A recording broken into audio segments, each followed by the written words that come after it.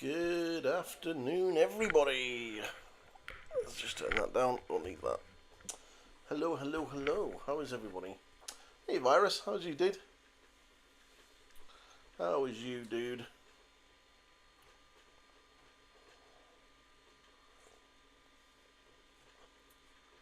I'm good. Did I say good morning? Good morning, good evening. It's the same thing. It's the same thing. Oh, let's move my camera. It's been knocked. There we go. It's better. Oh, good, good, good. If you can hear anything in the background, it's because my 3D printer is working. No, I'm not on the Creator team. I'm assuming you mean the Warhammer one. No, I am not. Not yet. I've got ogres.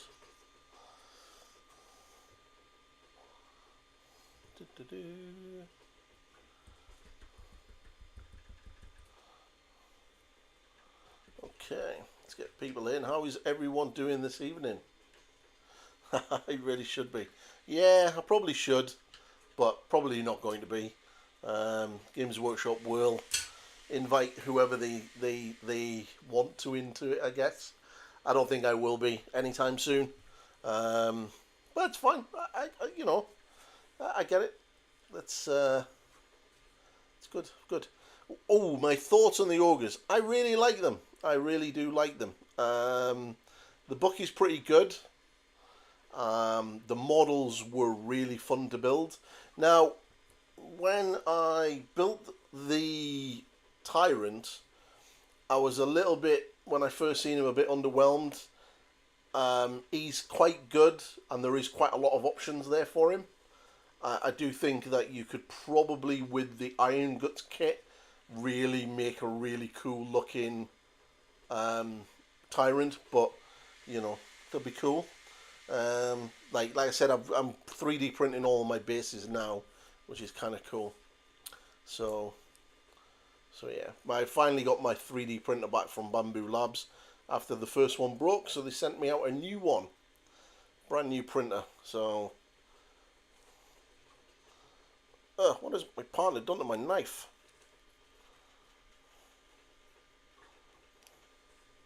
Cannot get this blade out. Am I using PLA? I am indeed using PLA. I am using, is it Sunlu? I think it's Sunlu. I've got matte black PLA. Yeah, got it out. So, it's good. I've got currently 13 bases on there, which are 13 40mm bases, and they will be printed probably in a couple of hours, about 2 hours time. They'll be finished, and tomorrow I will be getting a couple of paints. Do not worry, there is a painting tutorial coming for how I'm going to do the desert base. It's very cool, very, very similar to how the studio do the Armageddon bases, even down to how to make those little stick things that you see in the desert that they've got on the bases right now, which is really kind of cool. And what else have we got? What else have we got coming? So yeah, it's going to be good. It's going to be good. But for you, does PLA get annoying when coming off the plate? No. Well, it depends. So what do you mean? As in after you've printed and you need to get it off the plate? Or do you mean when it doesn't adhere to the plate when it's printing? What do you mean? What do you mean? Hopefully, do you like my little pictures in the background? I also, for you guys, tidied my shelves. Now, ignore this one, that one there. I haven't tidied that shelf yet. That's a bit messy, and my boxes still quite messy, but I'm getting there. But I've sorted all my books out and everything else. Got some photos there. Kind of cool. Soon I'll be wearing a Space Marine helmet. So I've got my Space Marine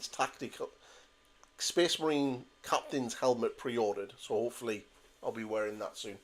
I have just got some bases which are uneven, to say the least. It could well be your print bed may need cleaned, so take your print bed off and give it a good wash with some detergent and let it dry properly. It could just be that it's not started adhering properly to it. Like I said, I've relatively new to 3D printing, so it's one of those things. But yeah, so far so good. I mean, to be fair, the last one lasted 3 days before it broke. This is the second day, so we'll see what happens tomorrow. Although I won't be printing tomorrow, so maybe we'll see. But yeah, I'll probably have to print on Thursday or Friday because I'm going to need a base for my butcher. But yeah, but tonight we're going to be mainly talking Space Marines and all of the Space Marine drama. And there's been a lot of drama about Space Marines.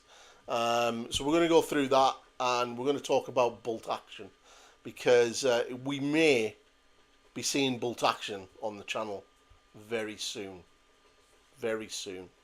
If my mate Pete's in the chat, he'll confirm how well and how soon we'll be seeing bolt action. But yeah, bolt action is a game that I played a long time ago in first edition. I even play tested the original bolt action, the original first edition. I ended up play testing that. It was a great game. Absolutely loved it. And yeah, so well, I'd be looking at getting back into bolt action. Haven't 100% decided on which army yet. Obviously, being an ex-British soldier, I'm kind of biased towards, the good old Tommies. But I could be persuaded for Paras. German Paras. Sweet Fallschirmjäger. I could be, I'm a sucker for a Panzer, and I quite like a Tiger. So, yeah. Obviously, Pete's going Italians, because then if Pete does Italians, right, he's not allowed anything higher than a green level troop, because the Italians couldn't fight for shit. So they should never have any veterans, because they never got to that level, because they always ran away, or they were massacred by the British, Canadians, and Americans. So yeah, watching everybody's... Well, we'll just have a little chat about bolt action now. So, looking at everyone's content from the open day, from Warlord Open Day, which is something that if I do start doing bolt action on the channel,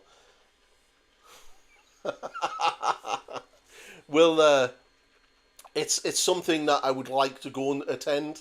So if the bolt action content on the channel becomes quite popular and you really enjoy it and you enjoy the stuff that I do, then yeah, I'll go to the open day and check that out. But at the open day, they've shown some very, very sexy looking plastic French Foreign Legion. Now, as an Englishman, I wouldn't normally play the French, but those French Foreign Legion looked pretty smart, and they're not French, so technically, as an Englishman, I could play them. You know what I mean? But yeah, right. Let's jump into the main topic for tonight, which is the Space Marine drama. All right, let me get that up. There we go. Got it all up. Right. So I'm just gonna hit play on the video. All right. And I don't know if you've seen this video or not, but it's right there. I'm not going to put the sound on because GW like copyrighting the shit out of people. But you kind of can watch it. You can read the subtitles. If you haven't gone over and watched the video, go over and watch the video over on the community page. There's actually quite a lot of information in this. The book itself is over 200 pages. It has a shitload of lore, which sounds actually quite good. That part got me excited. And then we'll go through the rest of the drama, because people have really kicked off about this, and for no fucking reason. New Space Marine Captain looks pretty sexy. I showed him in the video. Again, over on the Warpcom, there's an article for him. We also have the new multi-part Vanguard Veterans, which do look really sexy. I do like these. We also have the Intercessors, the multi-part. These look amazing. Like, this looks like a really, really awesome kit. And I love the fact that the Sergeant has a back banner. And all of this other stuff is also coming back as well, getting re-released, which is cool, which is good. Most of that stuff is going to be in the start sets anyway, so yeah, it's kind of cool. But there is a lot going on. So in the video, it talks about the changes that Space Marines are getting. It talks about how some of the units in your army may be going to Legends. We're going to go through that list. It was updated again today, so they've added more stuff to it. And then we'll talk a little bit about the drama and stuff, because the drama is horrendously funny. It really is. Bolt Pistols, -1 AP. Storm Bolters, -1 AP. Space Marines being Toughness 5. Terminators being Toughness 6. This also affects Heretic Astartes. So basically World Eaters, Thousand Sons, Emperor's Children, Death Guard. I'm assuming Death Guard are going to be Toughness 7 Terminators. How this is going to work for Custodes is anyone's guess, but I imagine Custodes will probably go up to, it's Toughness 7, Toughness 8. And we'll talk a little bit why they're doing this, because this is one of the things most people have missed. The main reason, and it's actually quite easy when you look at it, but we'll get into that in a second. So basically, yeah, the supplements are all disappearing. So if you're playing one of the Divergent chapters, they're all gone. You'll get a digital update on your app, which will work in conjunction with your new codex. As a Space Wolf player, I don't really know how I feel about that. And this then opens the question which they haven't answered. Does that mean that these codexes are going to get their own codexes? Or will the supplement come back again? Anyone's guess. And then there's the whole roast of units that are getting proxied. So yeah, the codex is out in October. But yeah, so let's have a little look. So obviously, one of the biggest things that people are kicking off about is the fact that there is a major stat change. So your standard tactical Marine, or your standard Intercessor in Tacticus armor, which is essentially your Intercessors, your Hellblasters, your Assault Intercessors, anything that is basically not Phobos or Terminator. Now, they haven't clarified where Gravis armor will sit in this. Quite honestly, I'd be happy to see Gravis armor get discontinued. I don't think it's needed, but it is technically supposed to be that bridge between normal Space Marines and Terminators.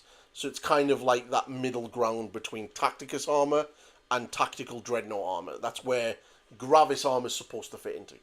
So at the moment, what we know is normal Space Marines, the run-of-the-mill Space Marines, so your Intercessors, Assault Intercessors, all of that, are going to be Toughness 5, Strength 5, basically. Okay?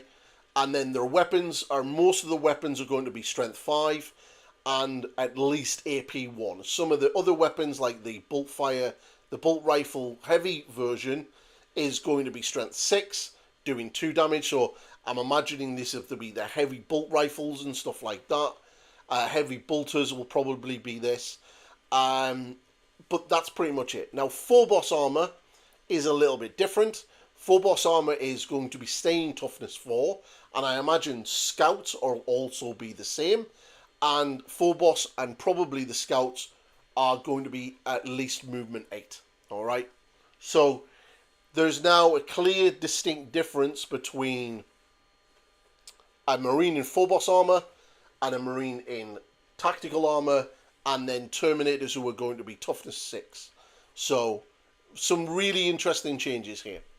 A lot of people are kicking off about this, mostly non-Space Marine players, as imagined, because they're no longer going to be able to brutalize Space Marines. And in 11th edition right now, Space Marines don't really feel like Space Marines. They die incredibly easy, and they're kind of a horde army, which is not what Space Marines are meant to be. So, yeah, it's a bit wank. Now, there are obviously, pardon me, there obviously are other changes. The Divergent chapters and everything else are obviously going to be digitally updated, and so are Chaos Space Marines. Now, I have seen some comments online today questioning what this means. What does it mean by Heretic Astartes? Well, like, it's not rocket science. What the hell do you think it means? Like, a Heretic Astartes. So, Codex Chaos Space Marines, World Eaters, Emperor's Children, Thousand Sons, Death Guard.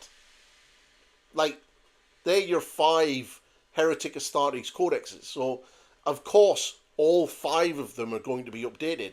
They're not just going to do Codex Chaos Space Marines and not touch World Eaters and Emperor's Children. That would just be retarded, because then nobody would be playing those armies. They'd all be playing Codex Chaos Space Marines. So, it's stupid. Absolutely stupid. So, the Heretic Astartes is obviously going to be everything.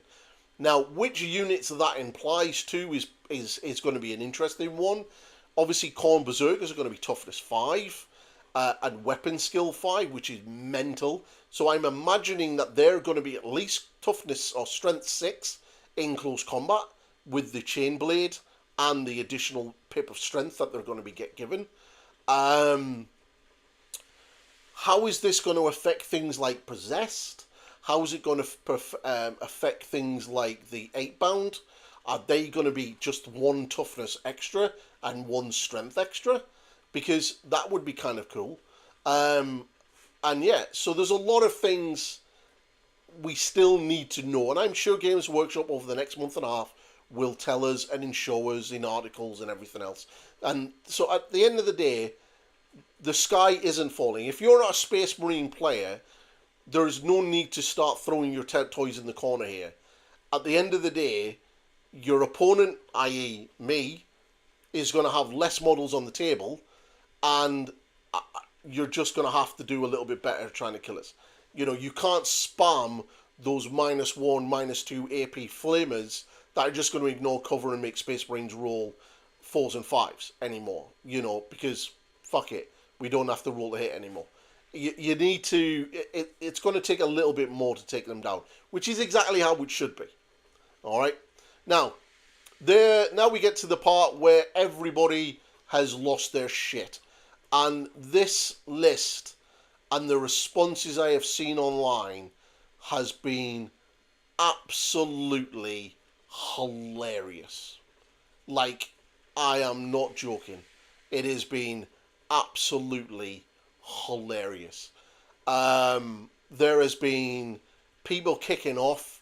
There's been content creators, large content creators, like I'm talking 250,000 plus subscribers, shocked and sideswiped that this is happening. Like, holy shit, we were all saying this was going to happen back in 8th edition when they introduced Primera Space Marines to the game in the first place. Everyone said there and then, Firstborn Marines or the original Space Marines are going to get phased out. Everyone turned around and told us we were nuts. Everyone said that we were literally over getting excited and that this wasn't going to happen, that Firstborn Space Marines were always going to be a thing. And lo and behold, 10 years later, we're pretty much now seeing the eradication of the original Firstborn Space Marine from 40k. If you want to play that scale of Space Marine, I've got a great game for you. It's called the Horus Heresy. It's a really cool system, really cool game, really beautiful models, entirely plastic for the most part. Head over there and you can Firstborn your heart content. Knock yourself out.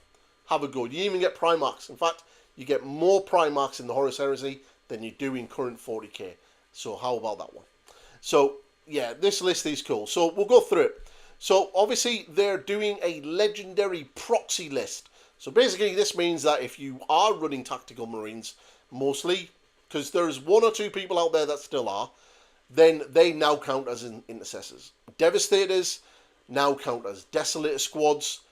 Suppressor squads, which is the weird one, count as Interceptor squads. Now, I've seen a content creator questioning the logic of this, going, this is stupid, doesn't make any sense, they're not even the same models. One's in Gravis armor, one's in Tacticus armor. Actually, Suppressors are actually in Phobos armor. They don't even have the same weapons, and the bases are different. They're still on 40mm bases.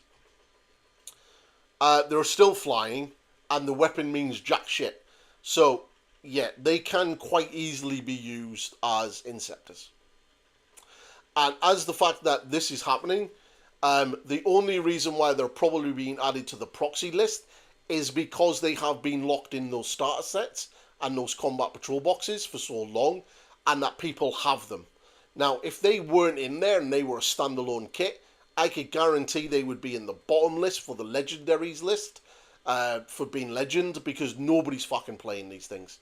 They look stupid, they weren't that great, and yeah, like, let's be fair.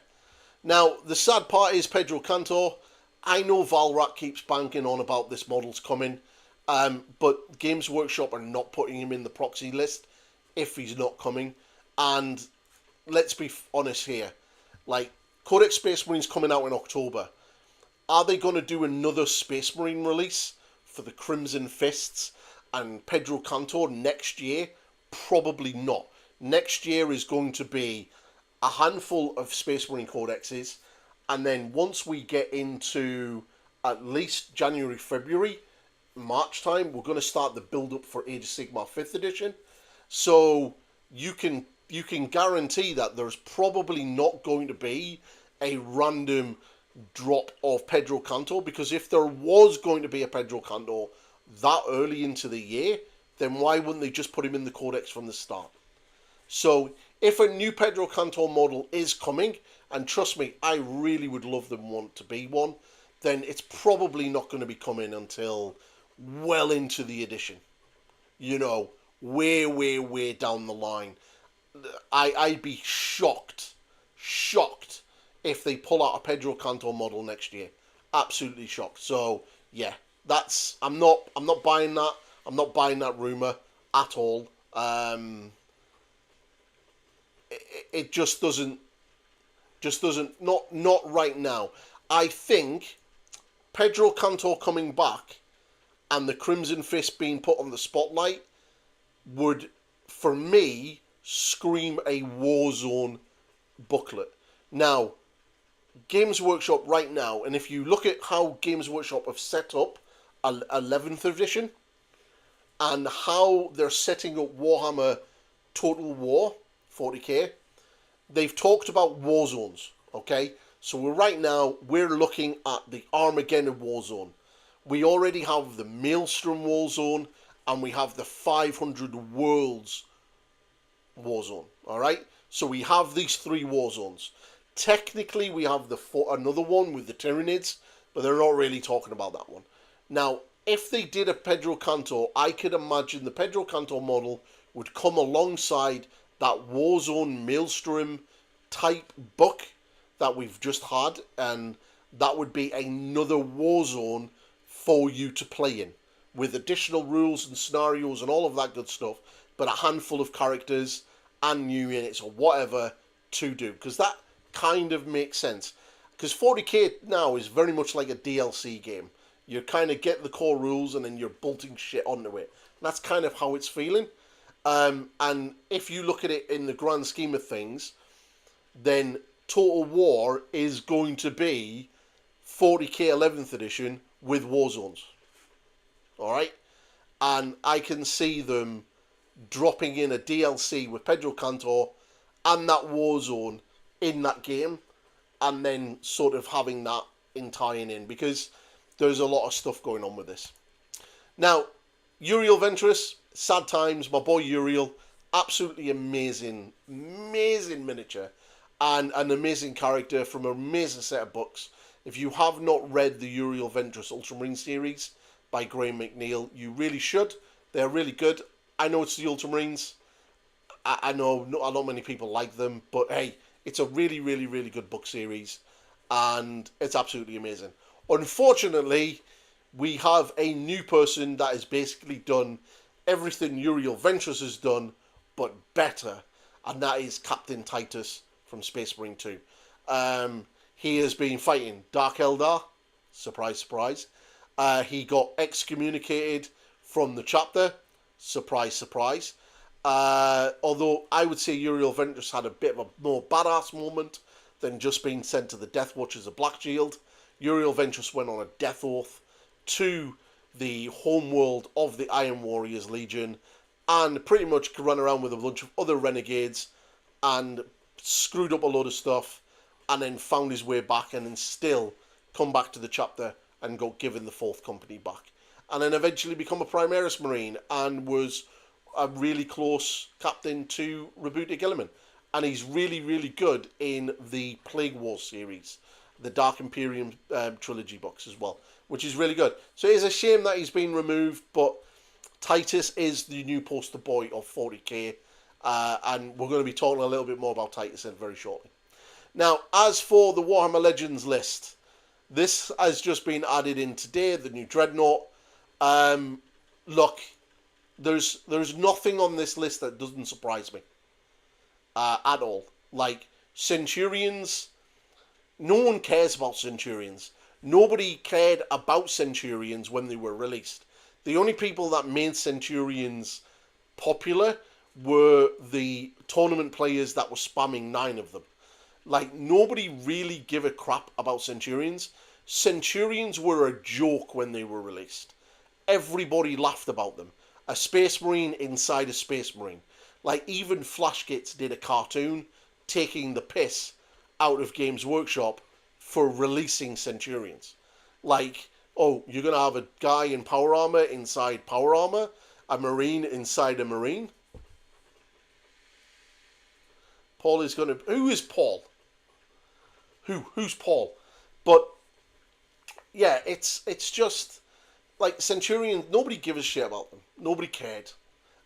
So, seeing them get gone is a good thing, because they were a stupid, absolute retarded-looking unit. And, quite frankly, they're on the par with the baby carrier for the Grey Knights. So, I'm glad to see them gone. Now, the Razorback has pretty much already been replaced. It's called the Impulsor. Okay? It's literally called the Impulsor. YouTuber that's been playing since for a while. Hey, like I said, like, does he do a lot of tournaments? Does he do tournaments? Because they're the only players using these things. The only players. If you look at the vast majority of Space Marine armies, like, when was the last time you seen Centurions on Tabletop Tactics? When was the last time you seen Stevie Box talk about Centurions? When? Nobody cares about Centurions. Like, they are a joke, an absolute joke. And the reason why they're going to Legends is because the vast majority of people do not buy them. If these things were popular and selling, Games Workshop would have went, yo, that kit needs updated. Let's get a new upscaled version of the Centurion, and we would have a really cool Centurion. Awesome. I respect Paul. If you're bad at stuff and you do a channel on it, awesome. I'm bad at painting, and I do a whole tutorial about it. So the Razorback is basically the Impulsor. Now, the next one, Predators and the Destructor Annihilator, we already have them. They're called Gladiators. They've been updated for a while now. So it was inevitable that these were also going to go. Plus, the Horus Heresy has a whole range of Predators that are literally far better kits to build, far nicer looking kits, and a little bit more reminiscent to the the 1980s, early 90s second edition Rhinos and Predators. So, if anyone's going to buy Predators, you're going to buy the Heresy ones. You're not going to buy the current 40k ones. So, again, these going, how anyone is shocked at this, I do not know. The writing was on the wall for this for quite a while.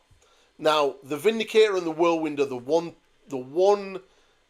two entries on this list that kind of do kind of make me feel a little bit sad, because the Vindicator and the Whirlwind are such iconic units for the Space Marines, and there is no alternative to them.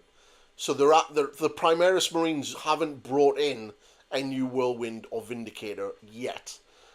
Does that mean that in the new wave of Space Marines coming out in 11th edition that we'll get a new Vindicator and Whirlwind? Who knows? Let's hope so. Let's hope so. Because they are iconic units, and it would be amazing to see them still be in the game. Dreadnought's been added today. Shocker. I made a post in error thinking that the new Bjorn book that come out earmarked him being in a Redemptor armor, but it isn't. He is actually still in the boxy armor, and there is a lot of rumors that Bjorn is getting a new miniature, and this kind of confirms for me that there is a new box Dreadnought coming, either Venerable or normal for the Marines, and that the Space Wolves will definitely be getting a new boxy Dreadnought Bjorn the Fell-Handed. So I think that's pretty much all but guaranteed now. And then the Flyers, was anybody actually using the Stormhawk and the Storm Talon? Like, really? Was they? Hands up if you weren't. I wasn't. Like, the Storm Raven gunship, it was pretty cool, especially if you got the third party extender kit on the back of it to make it a little bit longer, so it didn't look so derpy. That was kind of cool.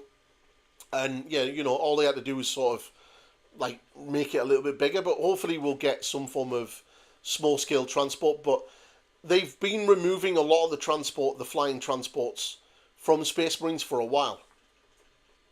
Yeah, exactly. Yeah, like nobody, like even Games Workshop doesn't want you to use them.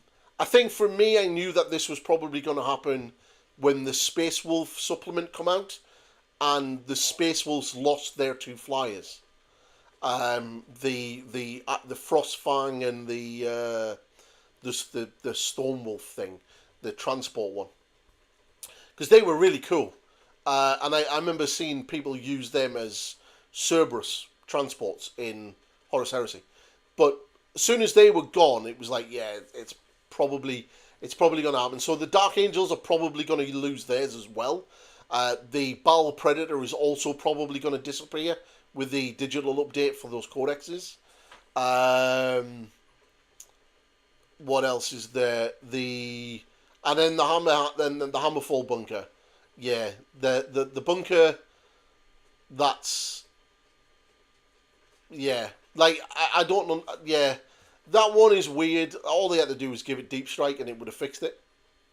Like, it's still not a bad looking kit. It's still relatively new. It's in Space Marine 2. So, I don't know. But, yeah. Now, one of the main reasons why I think this is all happening, and there's a lot of speculation, like, oh, Games Workshop are doing this just to, like, kill ranges off, and nothing's safe with Games Workshop. And, look, at the end of the day, Games Workshop will replace and change lists and armies to make money. That's what they do. Like, if you're new to the hobby, welcome. If not, then you already have had this before. But I think one of the main reasons for these major changes, and these are major. Now, I've been playing 40k since Rogue Trader, and for me, a Space Marine has always been Toughness 4. For the last 30, nearly 40 years, Space Marines have always been Toughness 4. Why now are they switching up to Toughness 5? There's probably a lot of reasons for it, but I think it's down to two main reasons. 11th edition and the core mechanics of the game and the way it works allows them to have bigger spread of numbers, because they have a philosophy now that it doesn't matter what strength and toughness you are, you have a now simple bracket. If your strength and toughness are the same, you wound on a 4+. If you are slightly below it, you wound on a 5+. If the toughness is double your strength, you always wound on a 6+. And then it flips as well. So if your strength is higher, you're wounding on a 3. And if it's double the toughness, you're wounding on a 2.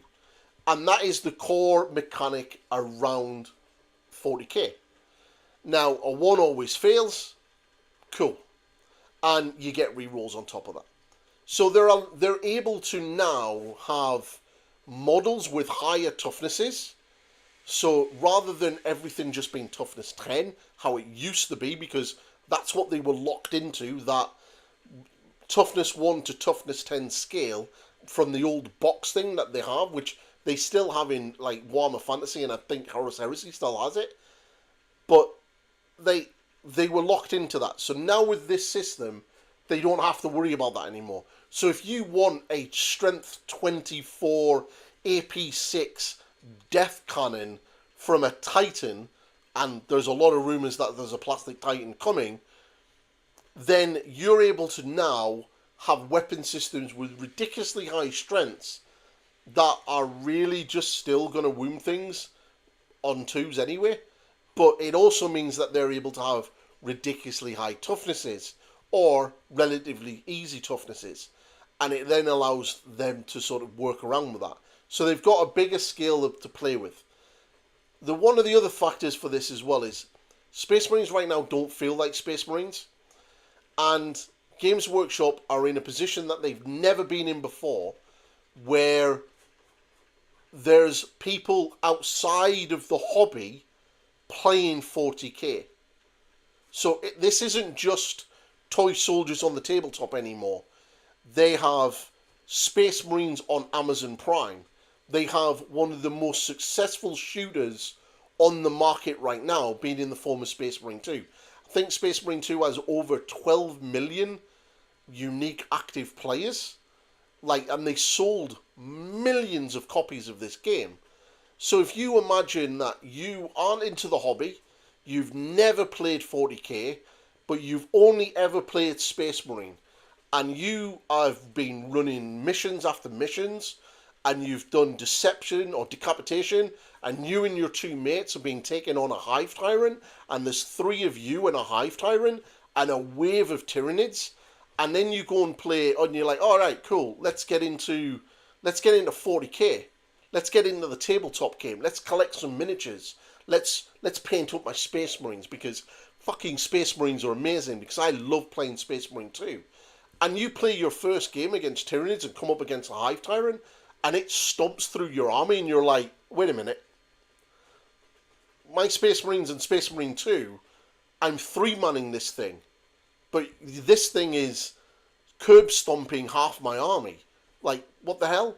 And that's a bad impression to give any form of new player coming in. I wouldn't say never before I got in the hobby through the Dawn of the War game. Dawn of the War was amazing, and Dawn of War 4 coming out in December, and as I've said in another video, the reason for that is I don't think it's anything to do with the devs needing extra time to polish. They're not going to make that announcement like 4 weeks before it's due to be released. The reason that's been delayed back to December is probably because those Space Marines in that game are linked in with the new codex, and they're not going to have that game drop in September before the codex drops, because then we get to see all of the new stuff. Because you've got to remember, everything that's in Dawn of War 4 has to be approved by GW, and will also have a miniature counterpart on the table. So, and they kind of did drop the ball with the Stormcast Eternals when they did that Stormcast Eternal game. They released a trailer full of all of these new images, and everyone was like, that's a Liberator in Thunderstrike armor. What? That's a new Lord Celestant in Thunderstrike armor. Wait a minute, none of these have miniatures. Lo and behold, 4th edition comes out, and all the Stormcast Eternals that we've seen in that computer game were then released. So I don't think Games Workshop want to go down that route again, especially for their big thing, which is Space Marines. So I think a lot of what we're seeing here of making Space Marines stronger, tougher, more elite and more durable is down to the fact that we're now having that populous, like that influx of players coming in from things like Space Marine 2, Dawn of War 4, and stuff like that, and the Total War game.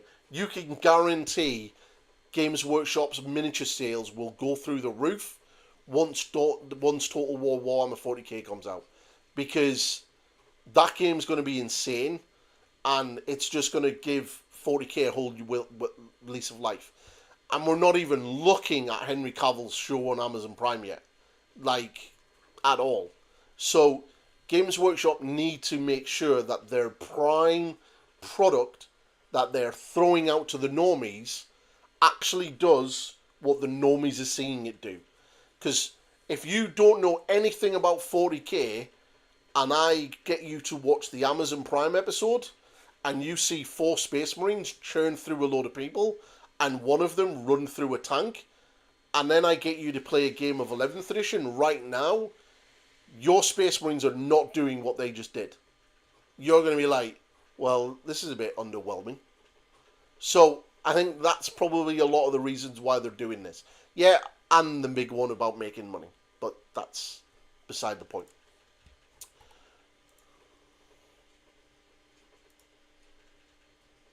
Ooh, designer notes for the new Custodes. Is there anything remotely interesting in this? It's all Horus Heresy. Yeah, it's all Horus Heresy. Nothing about 40k in there, which is not surprising, to be fair. So yeah, I think the takes are being quite amusing when it comes to, like, you know, 40k and stuff. I think the outrage has been hilarious. If you didn't know this was happening, then I want to know what rock you've been living under, because this has been telegraphed since 8th edition.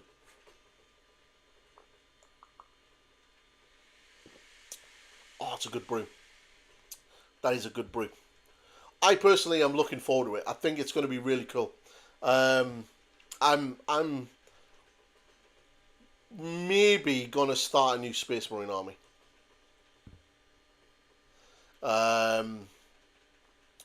Until the Space Wolves come out.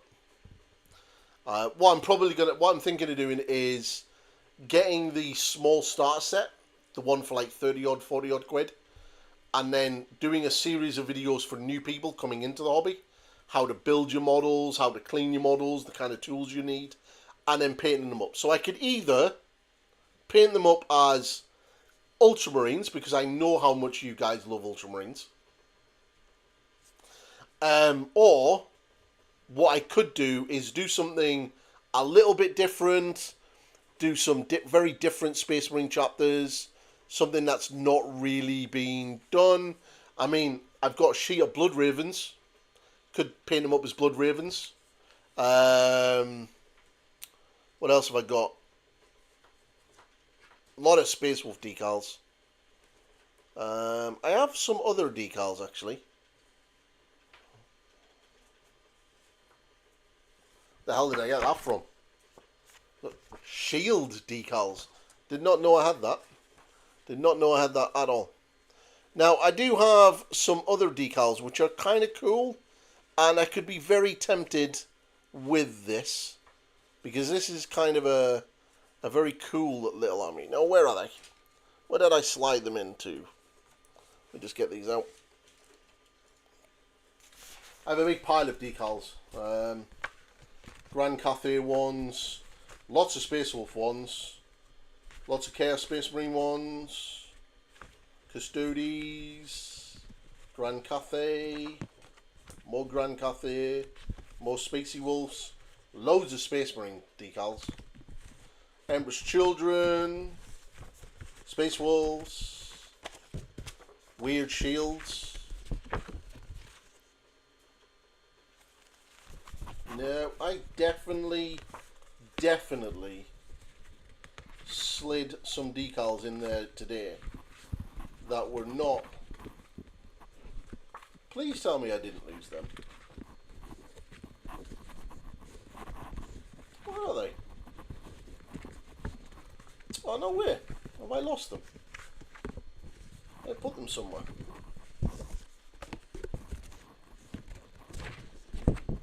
Anyway, I do have somewhere a set of decals for the Tomb Keepers, which are a really cool looking chapter that are like in a bony white colour, black trim, and they've kind of got a book. Now, I pre-ordered like 2 or 3 sheets of their decals, and now, oh, found them. They fell down the back of the desk. Cool, I'll get them afterwards. So yeah, I've got a couple of sheets of them, so I could paint the box up with that and make them Tomb Keepers, which will be a little bit different, something a little bit different to paint, and a little bit fun to paint, and it kind of allows me to then use the painting to teach people how to glaze, how to pin wash, how to blackline, how to edge highlight, and I kind of can do everything on there rather than like with the Space Wolves. There's very little on that other than edge highlighting. So yeah, but yeah, so it could be good. Now, one of the things that I'm looking at doing, and I don't know if Pete's still here. Pete will be now interested. Is bolt action. Bolty action. Now, bolt action is an interesting game. Like I said at the beginning of the stream, I played a lot of bolt action back in the day. I even play tested the first edition of the game. Zulu looks great, it really does, but it's like epic skill and that's not my bag.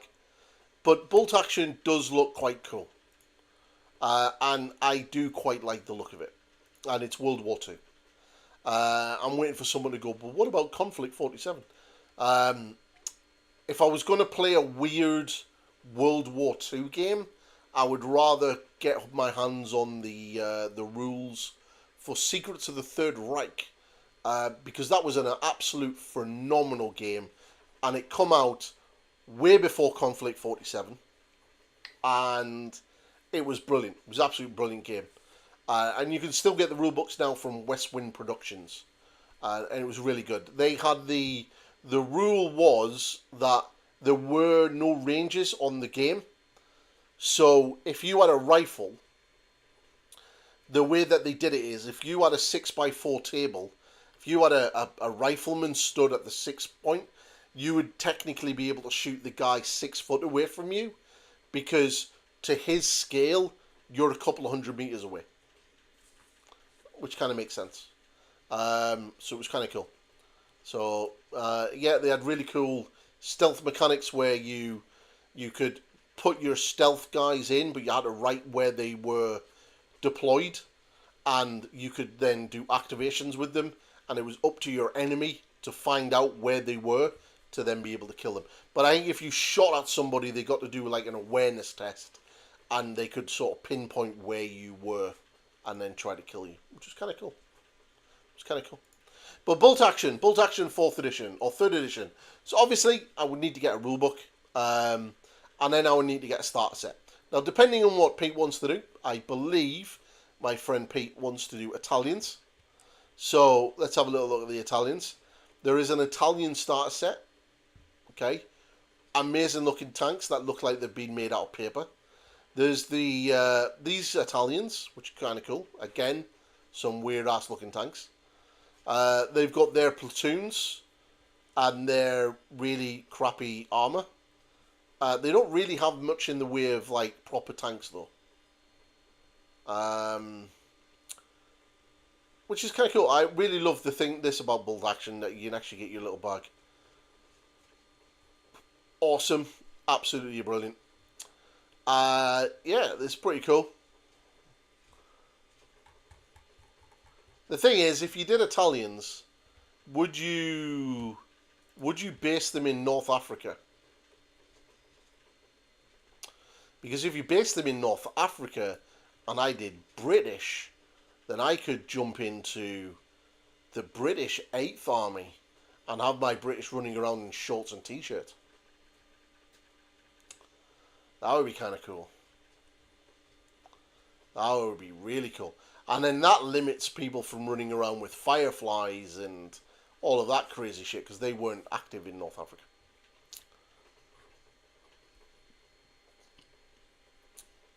Dad's Army, that's a really cool box.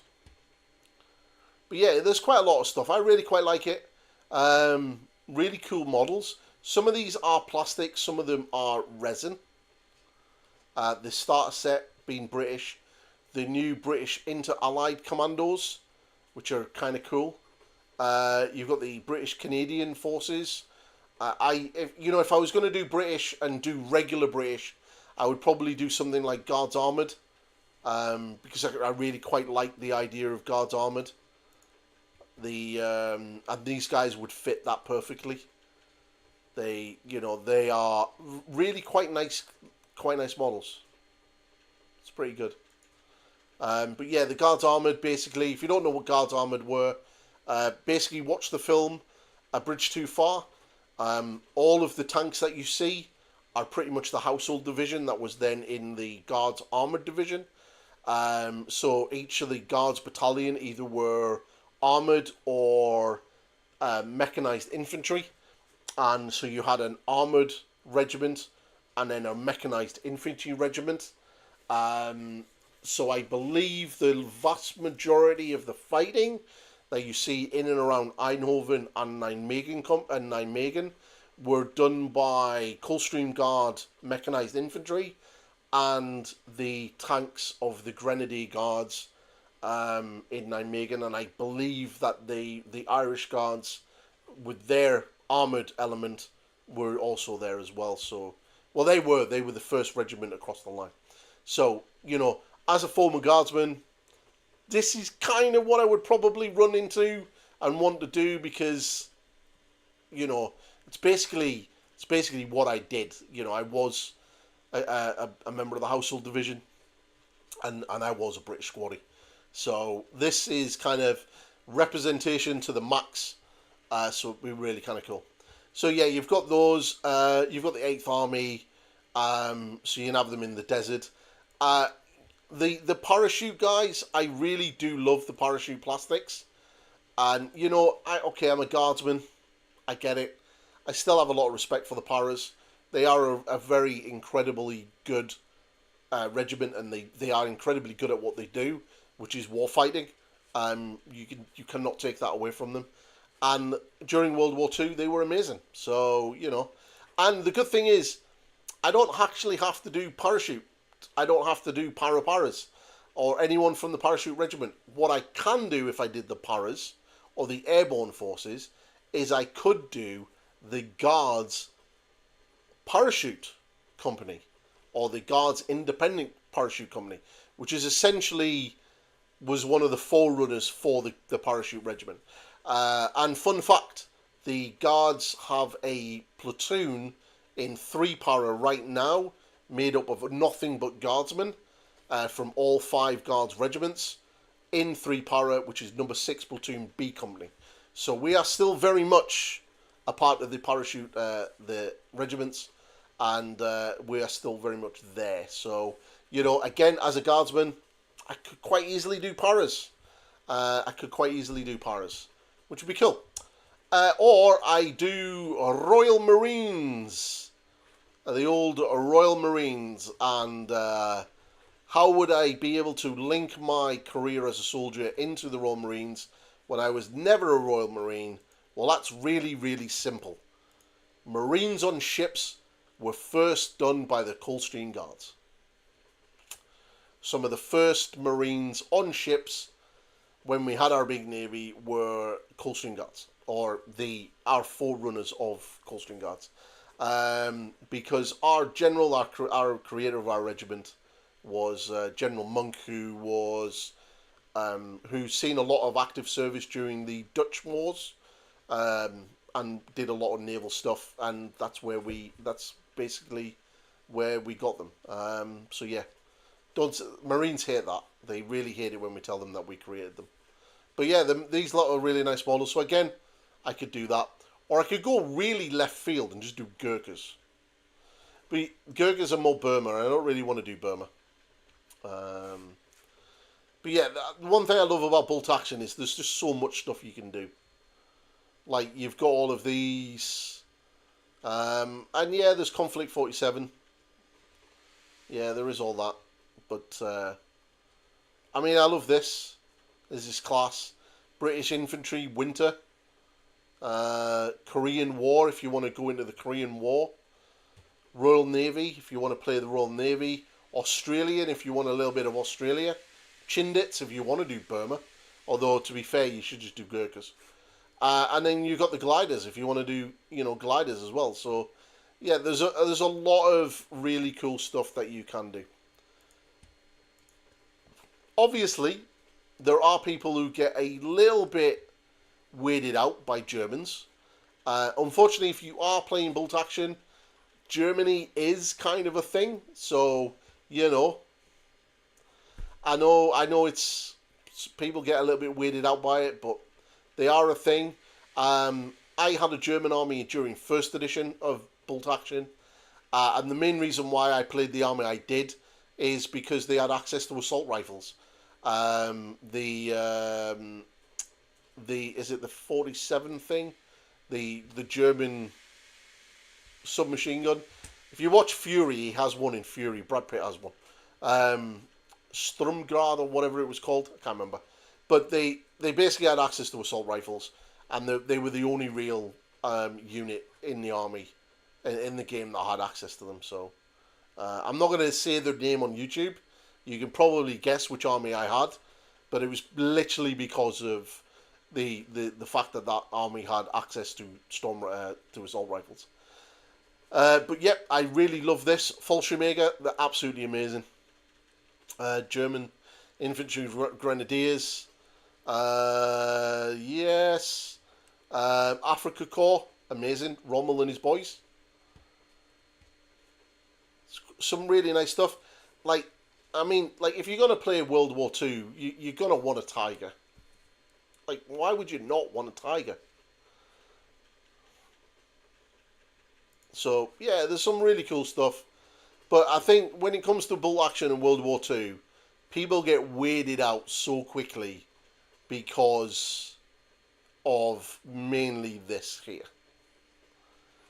The main reason why is because of that box. That one right there. And yeah, they are a thing, so you just need to, if you are playing bolt action or bolt actions around you in your local gaming club, there is a good chance that somebody will have a German army. It's just a part of it. Unfortunately, it's just the nature of the beast. But they have some of the sexiest tanks. Why would you not want a Stug? These things are amazing.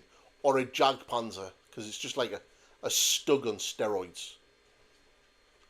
So really cool. For me, I really like bolt action. It's a very interesting army. So Pete, if you are still here, are you still thinking Italians?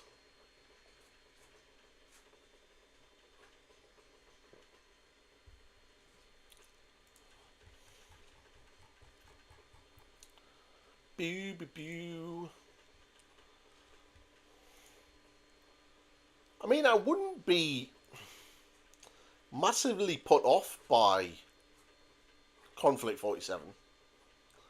I mean, I do like mechs. Now, these things do look cool. They do look cool. I'm assuming that's like a Tesla thing on top of a tank. And these are new, so these look kind of cool. But these things look meaty. But again, if I was going to play Conflict 47, it would be Japan without any need to rethink it. Purely because of these guys. These things are awesome. Look at these guys. These guys are cool as hell. It's a bunch of fishbowl heads with katanas. These are class. They want to be samurai, but they've also got weird helmets. Why? Don't know, but they're cool. And these guys, proper samurai with guns. I mean, this is literally Secrets of the Third Reich. But I don't know who this dude is. this dude is like a samurai ghost. Cool. I mean, yeah, I would definitely do, Japan. But I couldn't do Japan in bolt action. Because, like, yeah. I mean, do I have samurai? Let's have a look. Do they get samurai? Oh, they kind of. That guy's got a katana. Yeah. But Japan, they did some really bad stuff in World War Two. Like, they're really bad. And you can't really have Japan without China. So, yeah. Yeah. I mean, it's cool. I mean, but if if someone had Japan, one of us would have to collect US Marines. So you could do Guadalcanal and all of that kind of stuff. And Okinawa and Iwo Jima and, the Pacific campaign. That's kind of what, you want to be doing. You want to be playing games like you've seen in the TV show Pacific. So, USA is really cool. Again, you've got your US Rangers lead the way. Tom Hanks, Booah. US Airborne, Band of Brothers. And then, the United States Marines for a little bit of island hopping in the Pacific. They've got some cool tanks.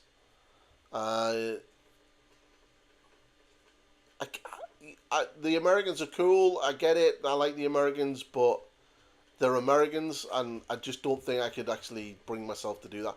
Although they do have the big Prussian heavy tank. I mean, they are cool. And the Stuarts, which are not so cool, but still. They have Hellcats, aka commonly known as the Achilles. Yeah, I could definitely get into bolt action. I could definitely get into bolt action. But I'm thinking if it's bolt action, if I'm getting into bolt action, it would have to be the Brits, without a shadow of a doubt. It'd have to be the Brits. I'd have to do the Brits. But the kind of thing I could do on the channel for it is painting tutorials, breakdown of how to play the game, try to smooth up to Warlords so they send me stuff. Maybe. Oh, wow. Thank you very much, Jack, for subscribing. Cheers, dude. I didn't get the notification. Why did I not get the notification?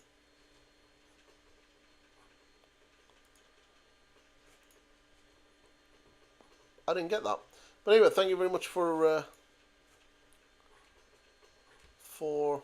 that. It's very nice of you. It's very, very cool. But yeah, so I would definitely do that. I don't know. Is Pete, are you still here?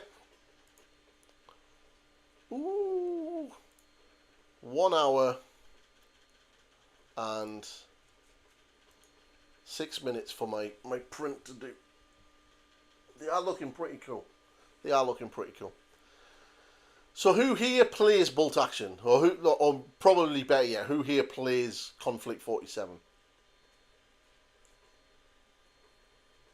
Who? Anyone?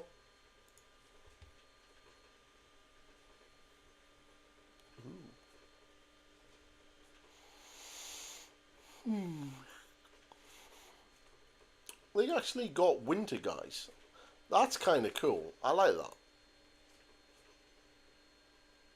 Oh wow, he's literally wearing a trench coat. That's kind of cool. I do that. That is very cool. That is very cool. I mean, the winter guys would make more sense if they were airborne for US for the Battle of the Bulge.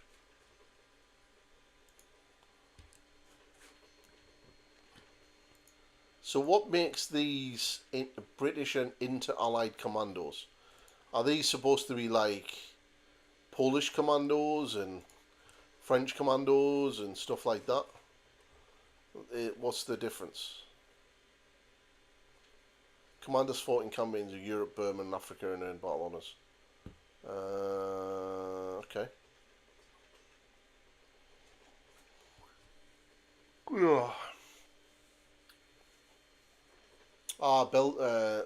Belgians, Polish, Dutch, and others. All right, okay, that's cool. That makes sense. That does make sense. Cool. Coolies. I should have found like a load of like a list of screenshots from like really weird over the top comments regarding the Space Marines. Like some of them have been absolutely hilarious. So if you do Warhammer TV, the new miniatures are kicking off. I've yet to get mine yet. I'm not that far off my year, so as soon as I do, I'm going to be claiming this guy. This is really nice. This is the first time I've actually seen. I know you get both of them, but this is the first time I've actually seen them do a miniature that I've actually went, I really, really want and I really, really need it. That's really cool. I really love this guy. That's kind of cool. I'll be interested to see what that is.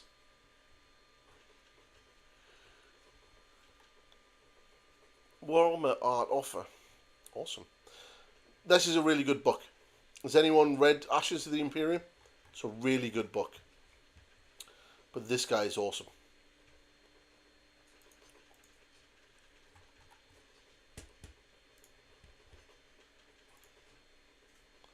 Has anyone actually seen Warhammer TV? Is anyone not on it and doesn't know what Warhammer TV is and has never really seen it?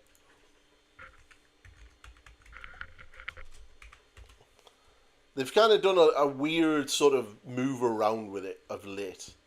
So this is Warhammer TV. Alright?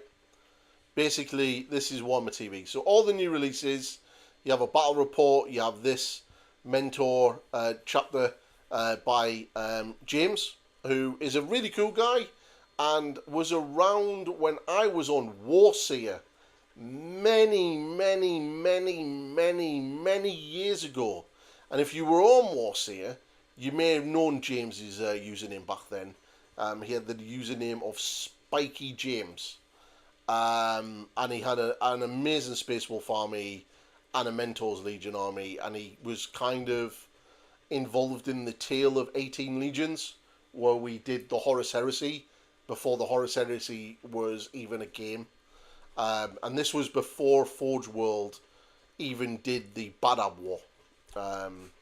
So yeah, it was really cool. You got a lot of interviews and stuff like that with people. So you got all of that, which is kind of cool. These are kind of interesting.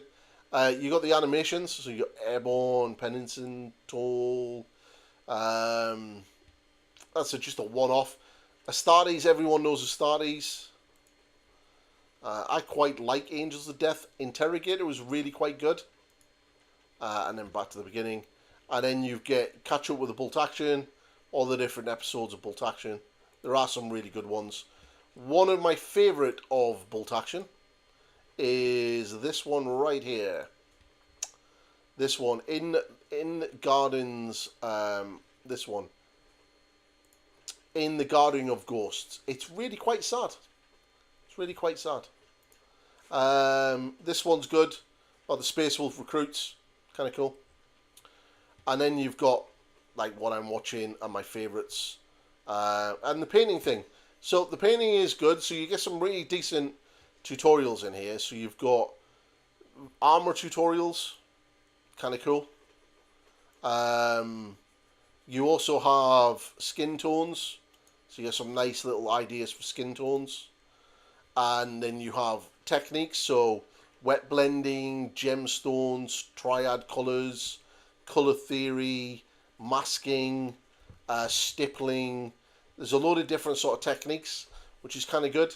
And then you have the sort of textures and materials. Now, this is quite big, and they also have like the 1 and 2 parters for like non-metallic metals, and I do believe they also have the sort of mini painting series they did on the Avatar of War, which is actually really quite good.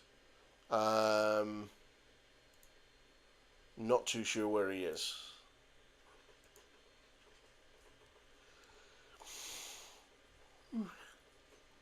It might be under theories. That's a really good one, how to do like books and stuff. That's really strange. Where has he gone?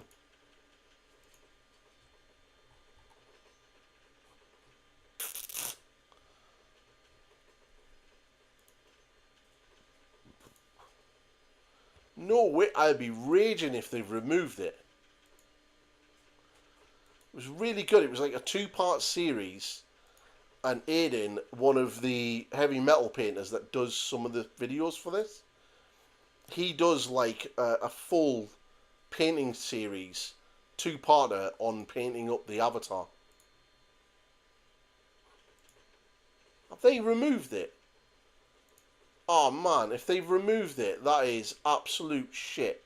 I am going to send them a snotty email, because that should not be removed. What? No way. They've actually removed it.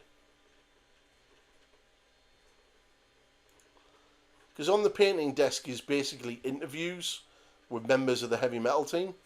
So obviously you've got like the boss man himself with Max, who's basically in charge of the heavy metal team. I like Paul's video because he talks about the Iron Ravens, which are a really, really cool chapter. You got like Aiden, who is basically a really good painter and did that Avatar. Nat, she now works for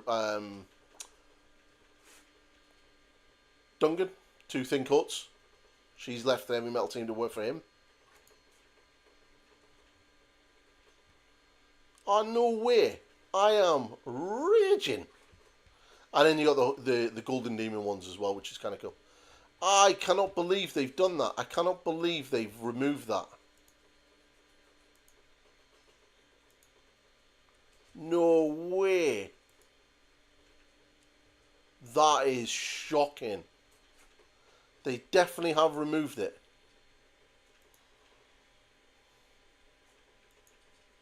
Yeah, they definitely have removed it.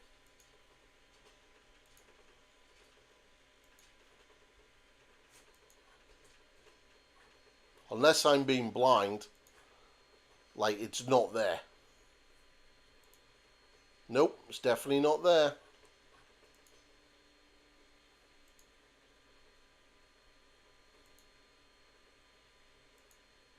That is absolute filth. They are getting a snotty email.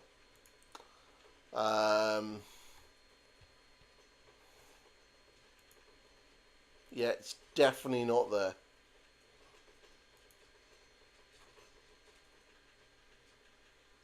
Yep, it's not there. That is absolutely shocking.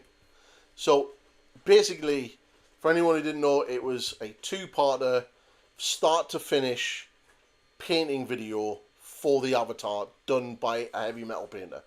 And it was absolutely phenomenal. It was really, really, really good.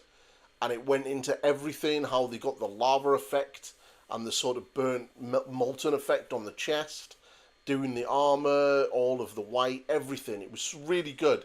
And they've removed it from Warhammer TV. They've taken it out. That's crap.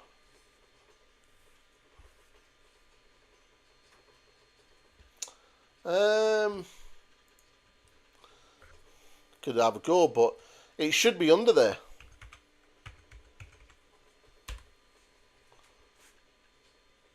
So if you search for it, you find it. But it's not in the masterclass. Why is it not in the masterclass? So if you didn't know that was there, you wouldn't find it.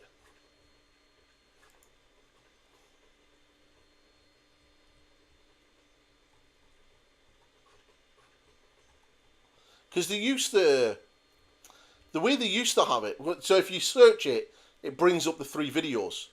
But you have to literally search it to find it.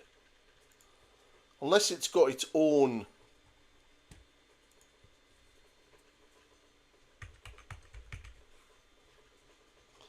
That's weird.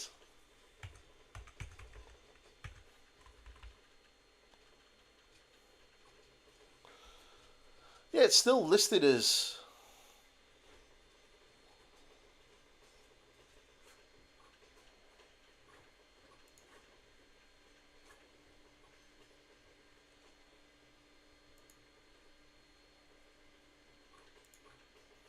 Yeah, so it's still here. So here it is here, but you have to search for it.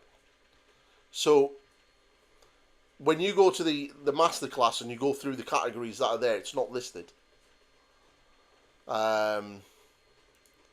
Which is a massive shame, because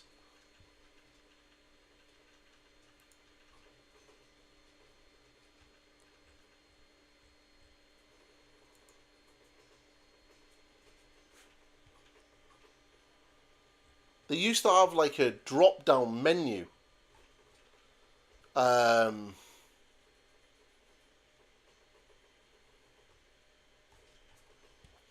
They used to have like a drop down menu for it, and then because it used to be just a big long scroll up and down, and you used to get all the episodes in order. So the one at the bottom where you were is the newest one, and then you could scroll up for all the older ones. And then they changed it so it was like a drop down menu, so you picked the category, and one of the categories was basically for that sort of master levels type stuff. But it's not. But now you have to. Yeah. So if you look at my screen now, so the masterclass stuff is there, but the avatar is separate. Even though it's listed as that, it's not there. So, but the point is, if you didn't know it was there, you wouldn't see that. Because it's not under this, which is where it used to be.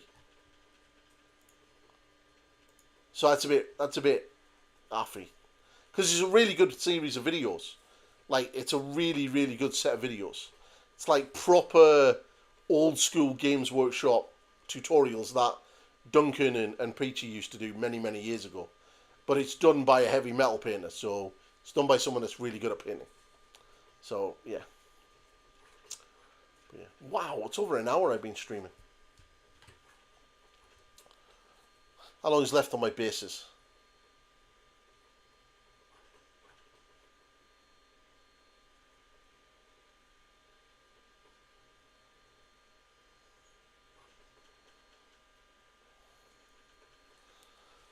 How long is left on my bases? Let's have a look.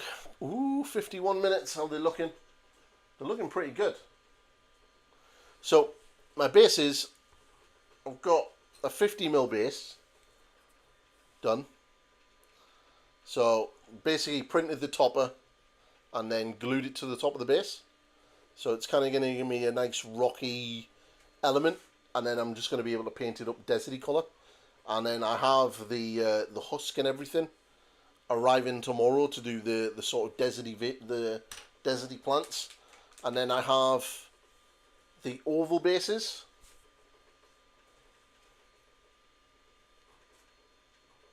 Working on them. The crackly mud hasn't really worked, so I might have to slap a load more onto it. And then I have another one.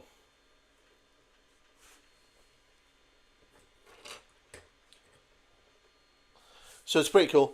So I've never really done sort of like 3D printing for bases and stuff. So initially looked for rocks and things like that for like to add to the base, and then I was going to get a load of milliput and putty and build the base up and kind of have cool looking bases.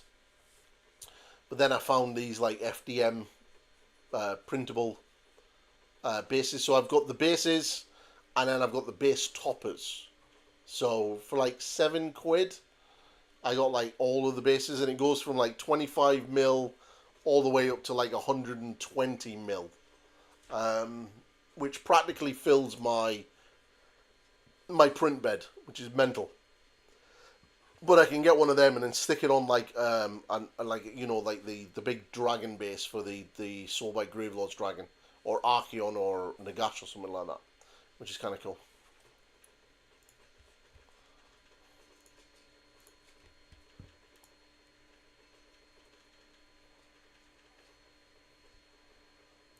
Cool. Is there anything else you guys would like to talk about and have a look at?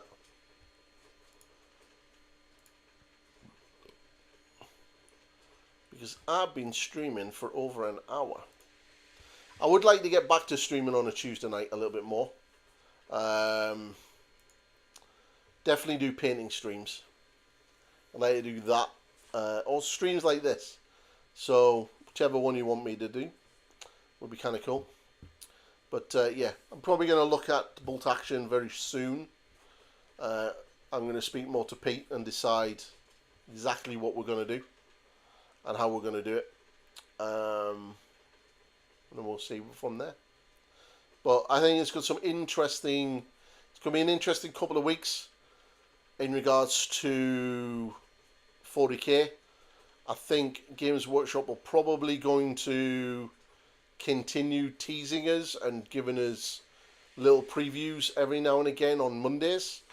So I wouldn't be surprised if Monday next week, or maybe like this week, we don't get another preview of the Vanguard Veterans and the Intercessor kit to actually see what those kits look like rather than just what we've seen in that video. Because the Vanguards, we know that the Storm Shields, we know there's Power Swords, we know there's a Thunder Hammer, and we know there's Power Axes. We don't know if there's any Lightning Claws as of yet. So that'll be kind of cool. The Intercessor kit looks like it's got quite a lot of options for the Sergeant, and it does seem to be that they're all just bolters. But they're Strength 5 bolters, which is kind of cool. Some of the stuff that we do know that Intercessors do is they get +1 to hit if they're on an objective or if they're targeting a unit that's on or near an objective. And they have something to do with Battle Shock as well, where I think they either ignore it or they re-roll it or something. So they seem to be quite interesting. So I think the Space Marines are going to be a pretty powerful army. But as always, we have Codex creep. So right now everyone is shitting bricks and going nuts because Space Marines have been given this massive blow up. But you can guarantee when the Tau come out and the Eldar come out, they're going to have things to kill Space Marines very easily.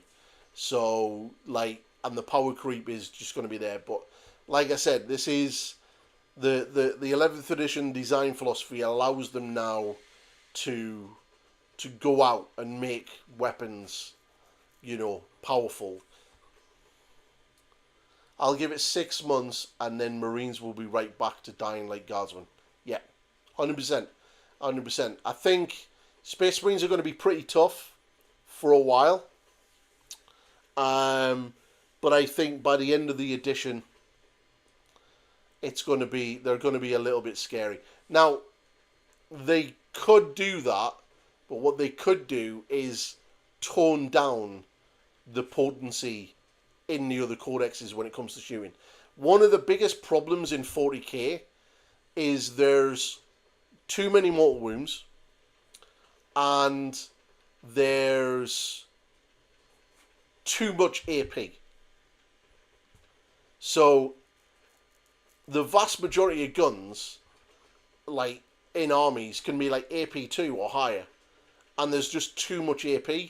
So Marines can't survive in that environment. They just can't, because Space Marines rely on that 3-up save. One of the things that made Space Marines so tough in previous editions is AP was never really, didn't really affect armor of like power armor. They tried that in 10th, and I think now everyone is OP mode light in like 9th. Yeah, exactly. But the way it worked before is, so if you had an AP 4 weapon, it would ignore armor value 4, so 4 plus, and it would ignore all of that. But power armor and Terminator armor were not affected. So you could blast away at them and they would still get their armor save. But once they brought in AP and you were like, now you're on a 5-up save or you're on a 3-up save, that was different. And it kind of made Space Marines a little bit weak. And that's been the problem with Marines. One of the biggest problems with Marines for a while. Like Terminators never used to have a 4-up invulnerable. They used to come with a 5-up invulnerable base.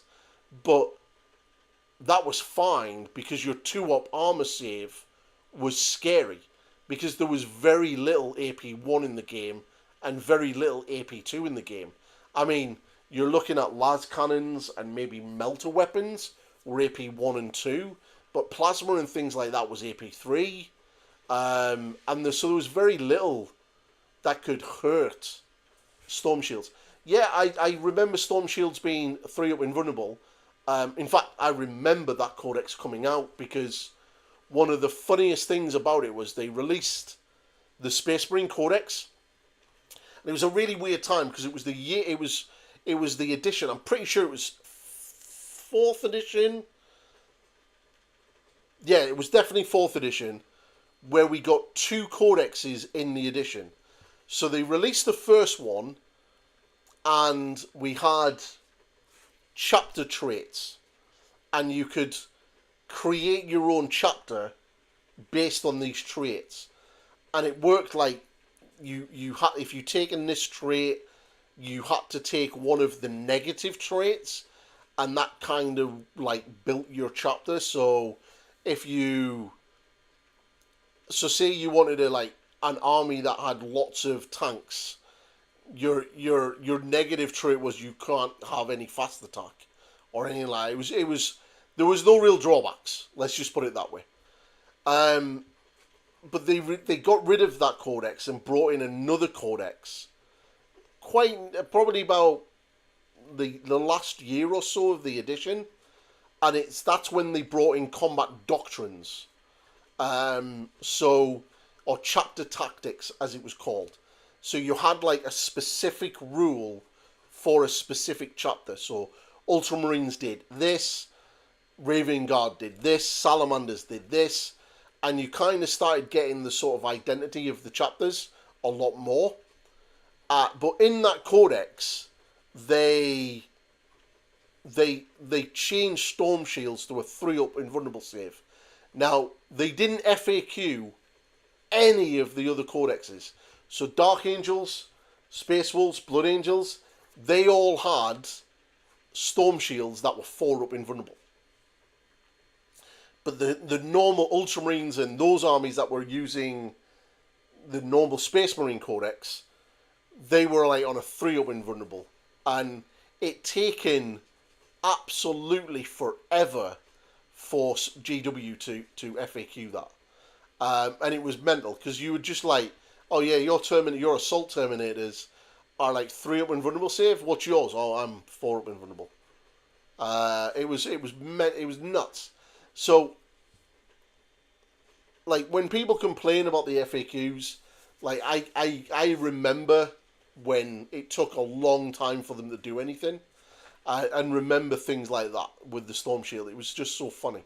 Like grav weapons, the argument around grav weapons and vehicles, and they had to FAQ it because people were like playing it completely wrong. Yeah, there was crazy times back in 40k. Now I would say it's not that bad. To be fair, the game isn't that bad. My biggest gripe about 11th edition is the missions. There just seems to be too many of them.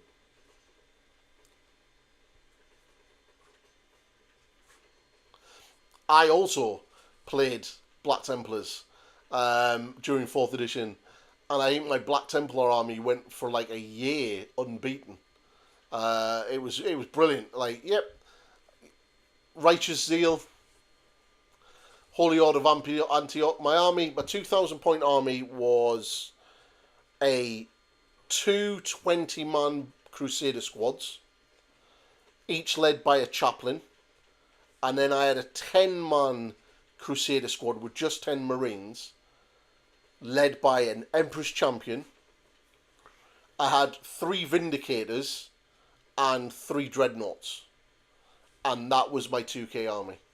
And it kind of operated on that each of the blocks was like its own little thing. So you had a chaplain leading a Crusader squad with a Vindicator supporting them and a Dreadnought, and there was basically the other side of the board.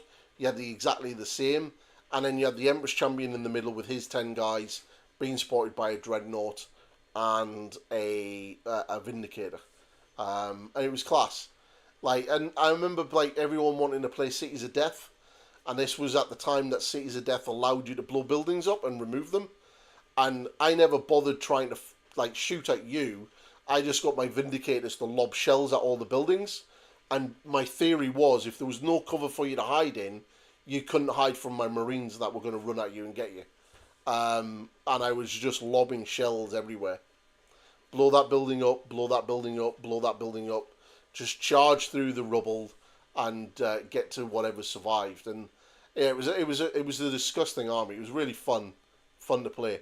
But it was designed to combat Tau, essentially. Because Tau shoot at it and they ran forward at them. And once they got within 6 inches, Tau didn't want to shoot at the infantry anymore because there's a chance that they were going to charge into you in your shooting phase. So it was great times, absolutely great times. I remember killing a Land Raider with the Holy Orb of Antioch. That was hilarious. Rolled a 6 followed by a 6. Poor Land Raider. And the Deathwing Terminators inside all died. It was so funny. But yeah, it was a really good game. It was a really good army and a really quite fun to collect. It was probably one of my first fully painted armies I had. Yeah, Black Templars were great.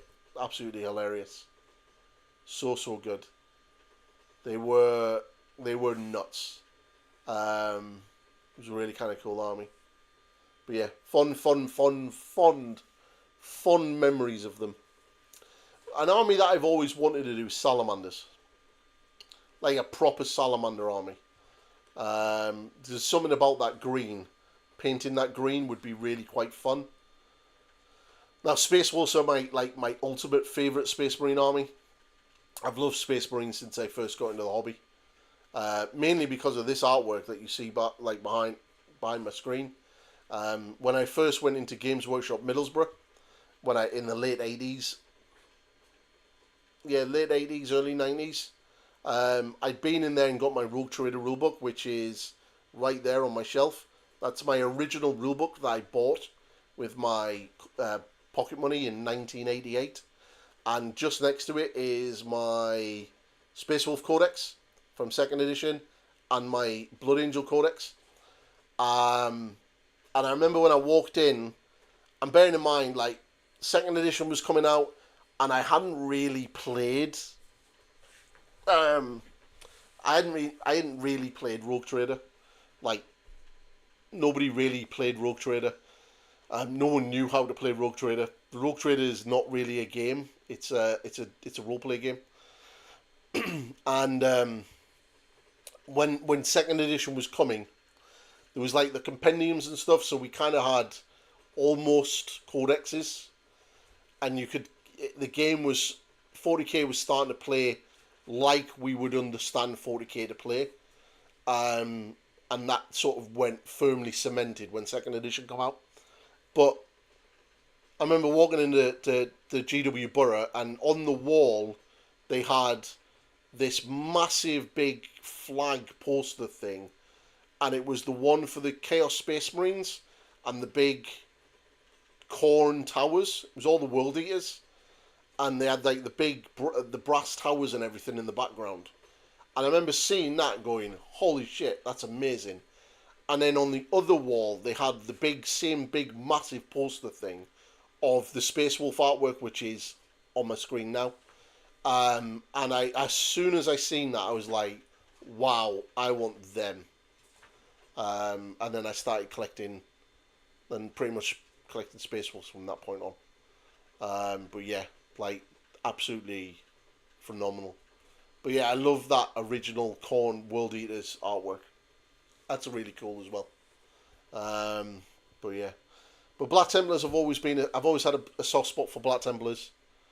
I mean, why would you not like them? They're basically Crusaders in space. They're just cool. But I am waffling now. So what I'm going to do is I'm going to call the stream there. So it's well over an hour and a half, which is pretty good. And I will try to get a stream weekly. I think on a Tuesday night, I think it's a good night because I'm off Tuesdays. So I'll try to get a stream on Tuesday night for a couple of hours. And then we'll do it either a painting stream or a stream like this where we just chat bollocks. That should be quite good. So I'm going to call it there. So everybody who is... Oh yes, that was what I was going to do. I was going to show the merch store.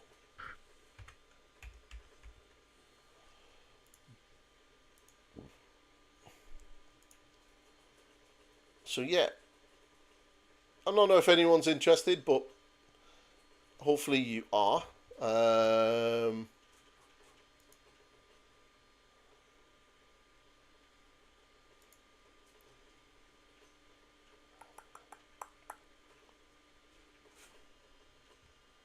Why can I not see the store?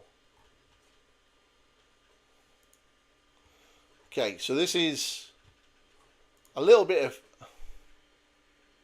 Oh, I didn't answer your question. Do I think there will be a new Land Raider and Rhino? Yes.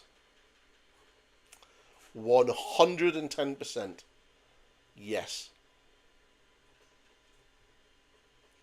So yeah, merch store.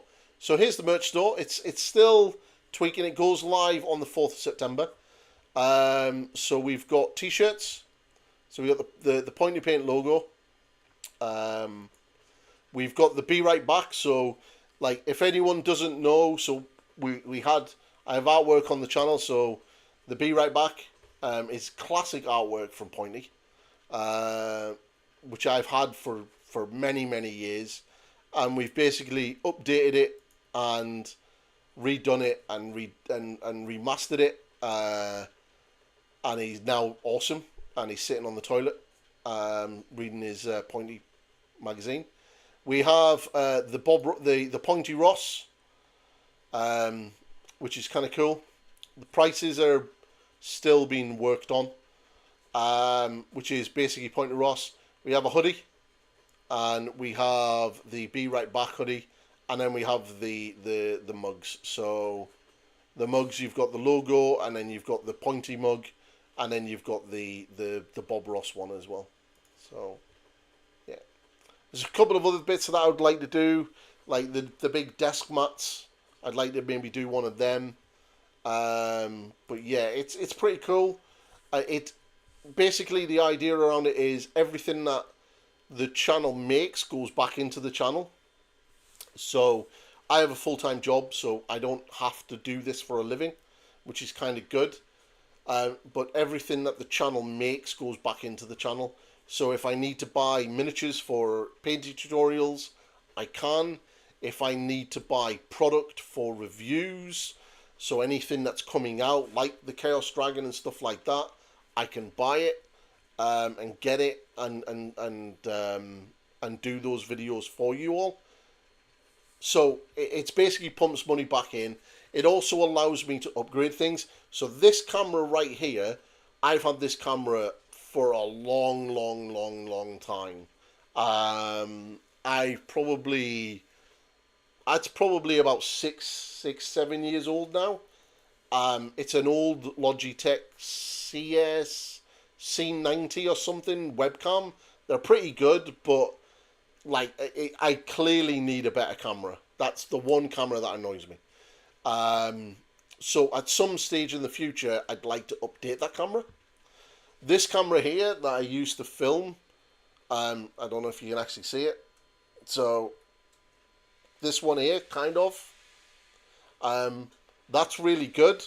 So I don't really need to worry about that. My lamp is pretty decent. I have a couple of extra lamps there. So all of this is good. The only thing that I would probably want to update is the microphone. So rather than having a desk mic, I'd rather have a little clip-on mic. Again, that's something I would like to update in the future. And this is a lot of things that the merch store will ultimately fund, essentially. So, you know, you guys get a cool mug, you get a cool piece of art. I don't know. So I don't know. I'm not 100% sure. That's something I would probably have to look into. For now.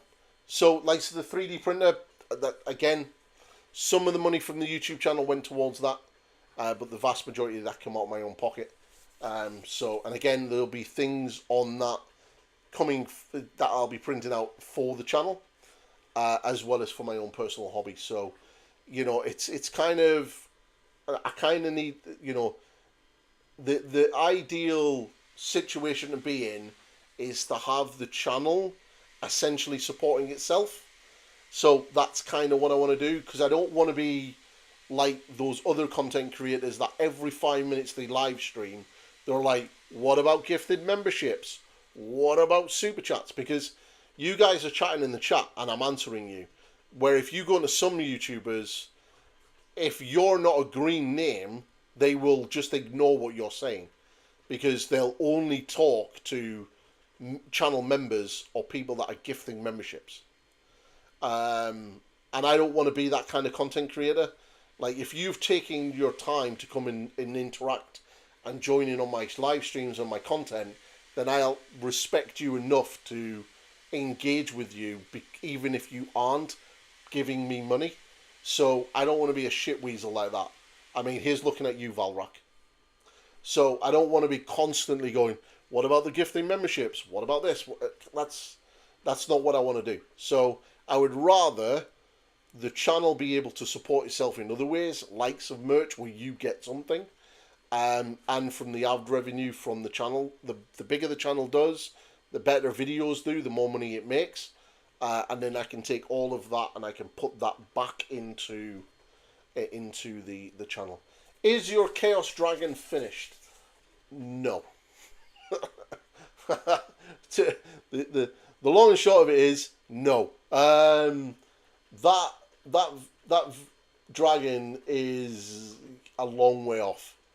Also, is there a Chaos video coming from the core set still to come? Yes, there is a Slanesh video. I have the little guy built, and I'm going to paint him up, and that will finish off the Chaos Warriors. I might do a speed painting Chaos Warrior, if that's what you guys want. So if you want a speed painting Chaos Warrior, I can do that. I have quite a few spare Chaos Warriors because I'm planning on getting an extra box anyway, so I'll be able to put that in. Speaking of Old World, have I tried the new magic system? No, I have a video coming tomorrow where I talk about it. I do have the book. It's up on the shelf behind me. It's interesting. I think it's a beta test. It's 100% a beta test. It's... Oh, yes, that is happening. I've done one for the cafe. I will be doing one for the Chaos side. I've been on leave, so I've been a little bit busy getting other stuff, and doing other things. So kind of playing catch up. And the idea this week, before I go back to work at the end of the week, was to get the Slash video done, do that other video, do the video about the Arcane Journal, and then the Space Marine news happened, so that kind of sidetracked that. My ogres arrived, so that kind of sidetracked that. So, yeah, there's Slaanesh videos coming.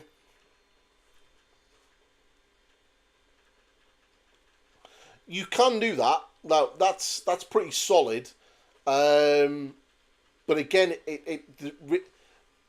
the easiest way to sort of describe chaos is there's multiple different ways of playing that army, and they don't all necessarily work off multiple of those boxes. So, you know what I'll do is I'll record it tomorrow, and I'll have that up on Thursday. Alright, because I need a video for Thursday. So I'll have a video up on Thursday, and then I'll try to get the Slaanesh video out this weekend. Because once I've done the Slaanesh video, I also have a Grand Cathay video that I want to get done for how I do my Grand Cathay army. So if you haven't seen what my Grand Cathay army, they're over on my Instagram channel. They're basically the white and the orange. So they're over there. They came runners-up for the best painted at Six Nations at the beginning of the year. And then, so that'll be the old world side of painting. And then once that's done, I'll be doing a little bit on the ogres. I do have Master Chief.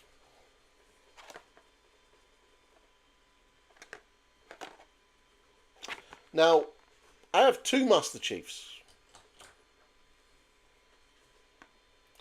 Because when Mantic sent this one, they squashed the box. And they ended up sending me another one. So, what I might do is do a giveaway for this. The card and everything there, it's sealed, but it's open because I checked it. But pretty much it's still there in the box. So, yeah, I don't need two Master Chiefs. I have one Master Chief.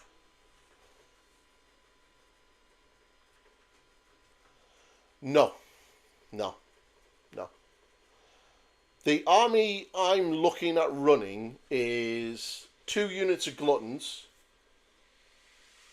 a Tyrant, a Butcher, and the named character on the mount. And I think a unit of 4 Moorbeast Cavalry, or 2 units of 2, and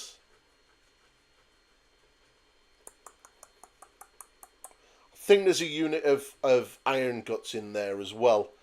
They're a really cool army. I'm really impressed with the ogres, to be fair. They really are kind of like really quite good. The models are awesome. Like these guys are so cool. And the fact that if you build them right, you can take the riders off. Why are you not coming off? There you go. So, if you build them right, you can actually get the riders off and build them in multi-parts, which is kind of cool. So, yeah, so they're really cool. So, I mean, that army set is like, that is the bulk of your army. Like, 10 Gluttons is really good. The Iron Guts, these are, like, really cool guys as well. So you've got the bulk of your army there. And the thing is, if you don't want to go down the classic fat lad army of the Gluttons and the Iron Clad or the Iron Guts, you can go down a very complete different route with the army and take the Butchers and the sort of Cleavers and the Gorgers and the Hunters. And you have a very, very different army. Top class refresh, in my opinion. Played them since second, and finally a refresh. Will GW kill my all bulk weapons WS army in 10th? And I no longer care what they do with 140k. What White Scars army, as in WS White Scars? Your all bike army, dude. Your bike army's about to get a serious injection of steroids. You're getting a new Space Marine captain on a bike. You're getting new multi-part plastic riders. You've got a new character. You've got a dismounted character. You've got Vanguard veterans. Yeah, now is a good time to be a White Scars player. White Scars are eating good right now, like really good. You're gonna have your Primaris units are gonna be able to ride in rhinos because that's 100% happening. So you're gonna be able to have a fast mobile army that literally suits the White Scars playability. So yeah, no, you're eating good this edition, eating real good. The only thing you're missing is a librarian on a bike. That's it. That's it. I mean, pretty much if you got a librarian on a bike, you're laughing. But the captain on a bike, the character on a bike, on a jet bike, the new multi-part plastic outriders, yeah, yeah, that's a cool army. I'm kind of curious if Raven will be a good army this edition. Yes, because they're about to get a major refresh. Because the Raven Wing are the next big focus for Dark Angels. Not having fallback and charge is a weakness for them. Yeah, but the good thing is you don't have to build into a set detachment anymore. So you can use whatever detachment you want for them. And that's the beauty of how 11th edition plays. So if you want that type of army, you can take a detachment that will give you your bikes. You can then give you a detachment that gives you, say, your land speeders and stuff. And you can build that into one of the larger detachments that gives you your fallback and charge. You've also got to remember as well that Space Marines have an entire new army rule. So Oath of Moment is gone. The new army rule is combat doctrines. So, which heavily implies things like Gladius is gone. So the Gladius Task Force, Strike Force is probably gone.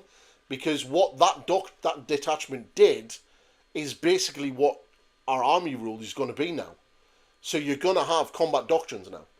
And they're probably going to be what we currently know combat doctrines to be. So you'll probably have the Tacticus Doctrine, where you'll be able to do tactical stuff, like shooting and like moving and shooting. And then you'll probably have the Assault one, which will allow you to fall back and charge or advance and charge. And then you'll have the Devastator one, which will be the whole thing about making your vehicles good. But that's kind of what Space Marines are now. I think if you're going to play any Space Marines, that's it. It doesn't matter what colour you paint them or how you do your army. Your generic Space Marines are going to be generic Space Marines. It's just my generic Space Marines are green, so they're Salamanders. My generic Space Marines are white, they're White Scars. The only time that's going to change in any real significant way is if you play one of the non-codex chapters. So if you go into like the Space Wolves or the Blood Angels or the Dark Angels or the Black Templars, they're going to play significantly different from the core book. And if what Games Workshop are saying is true, or at least hinting at, Dark Angels, Blood Angels, Black Templars and Space Wolves are getting their own codex. Because supplement books are dead. That's literally what they said. Supplement books are being removed. So they would only do that if they don't intend to redo them. I have 0 Primaris Marines, but I do have 12 Land Speeders. They're current, you can still use them. 9 attack bikes, just use them as ATVs, the little 4-wheel buggy. Stormseer on a bike. Librarian on a bike is going to be a hard push. Khan, he's on a bike. Veteran bike command squad. Command squads don't exist anymore. Well, they kind of do, but they don't. They're basically company of heroes, or the entourage for certain characters. And 46 regular bikes. Outriders. There you go. I don't think anybody would have an issue with you bringing your bike army and going, this is an outrider, this is a captain on a bike, this is my whatever that is, my land speeders.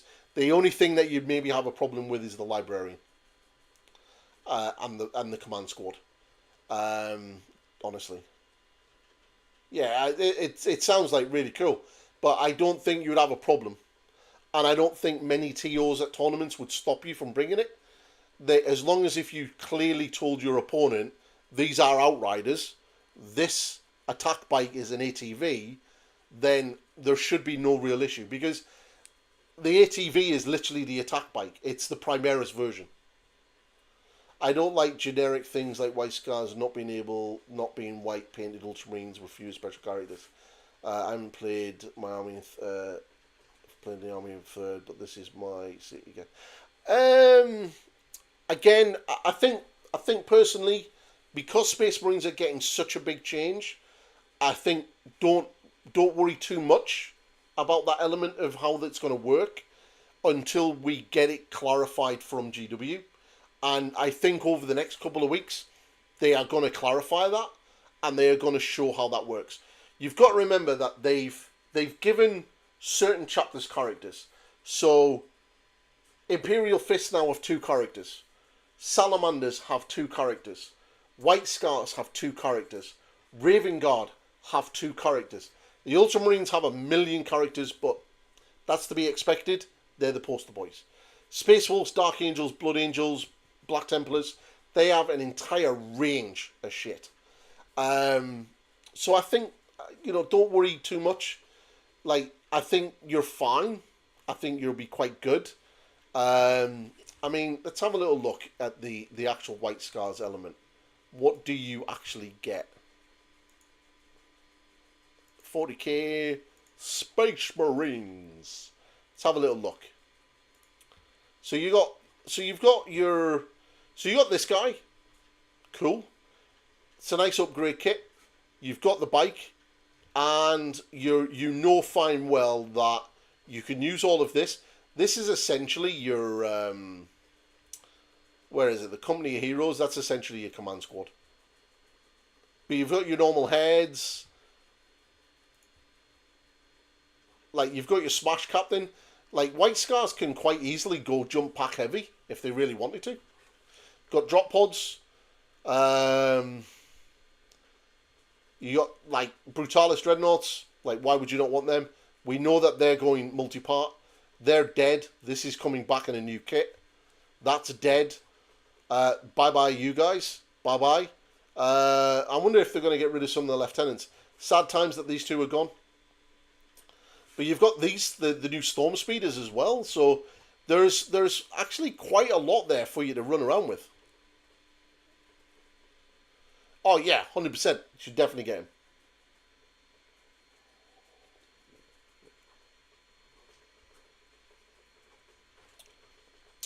The update for Chaos Space Marines. Chaos Space Marines are now Toughness 5, Strength 5. That's exactly what it means. So if you're in Astartes, be it Loyal or Traitor, you are now baseline Toughness 5, Strength 5. Chaos Space Marines don't have full boss armor, so they don't have to worry about any Toughness 4 Space Marines at Movement 8. They do have Terminators, so their Terminators are going to be Toughness 6. It also looks like their weapon systems will be changing. So Chaos Space Marine Bolters are probably going to be AP 1, Strength 5, which is really, really good, by the way. That is really good. Their Storm Bolters are probably going to be Strength 5, AP 1 to match the Loyalist. Although, technically, Chaos Space Marines don't use Storm Bolters. They use Combi Bolters. So, even though by rights they're the same thing, they're not. So, but I still think there'll be Strength 5 AP 1. I mean, are Chaos Space Marines losing Vindicators? Yes. Yes. Yeah. Unfortunately, yeah. I think Chaos Space Marines. So I made a video about this a while ago when talking about these rumours of what's going to happen with the vehicles. And I talked about potentially what they're doing with Chaos. And there's still potential for things like Codex Red Corsairs, Codex Night Lords, Codex Iron Warriors to come out because they kind of keep sort of doing stuff with these armies. Now, I do think that the Rhino is going to get a new kit. Chaos Space Marines use Rhinos, okay? So it makes sense that once the baseline Rhino is being updated for the Loyalist army, once Chaos Space Marines come out, they're probably going to get a Chaos version of that Rhino. I don't like the squad jet bikes. They look like Primaris tanks. Wish White Scar's jet bikes looked like the Golden Kashyyyk. I don't really get this modern White Scars army. Infantry on foot, dreadnoughts. Well, the thing is, like, not all White Scars use the bike. So there were and there are White Scar companies that will literally deploy on foot in Rhinos or coming out of drop pods. You've got to remember that, yes, it's the same thing as like World Eaters all being called Berserkers. They're not. There are elements of the World Eater Legion that are not Berserkers. They're heavy support guys. They drive tanks. They still worship Khorne, but they're not crazy Khorne Berserkers. Did you get the Outrider conversion kit from Uplander? No, I didn't know. I remember him doing it, though. It was kind of cool. So back to the Vindicators and Chaos. I do think that once the Rhino's done for the Loyalist Marines, Chaos Space Marines will then get the Chaos version. Now, as regarding the Vindicator, I don't think they're going to get a new Vindicator. Purely because they seem to be moving down the demonic engine route. They might get something that is like a substitute for it, but they've just been given the Defiler. And, like, do you really need a Vindicator if you've got a Defiler? Like, seriously? Defilers are bonkers. And they're amazing. And they're huge. And they're gorgeous. So you don't really need a Vindicator. You have access to a Defiler, which pretty much does everything. But it will be interesting to see what Games Workshop do, because what they've essentially just announced has massive ramifications to at least half the armies, if not more, in the game.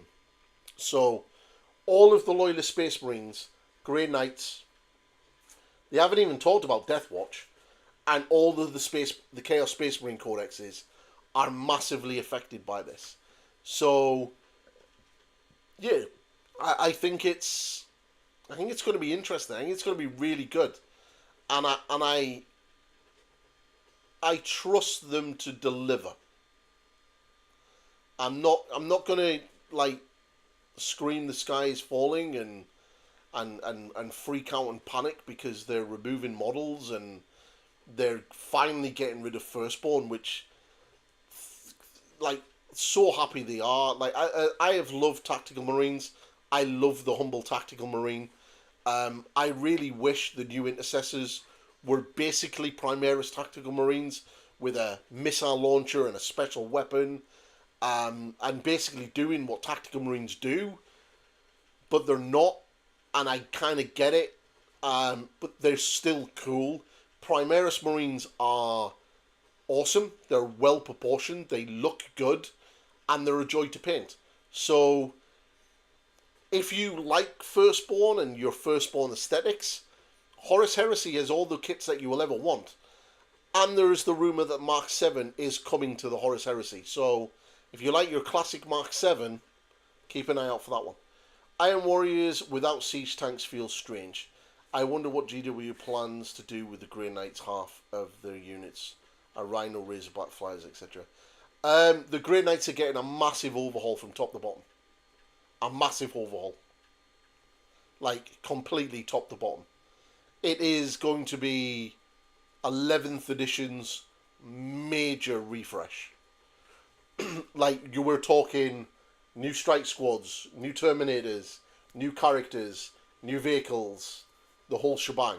Like, they are getting a serious glow up.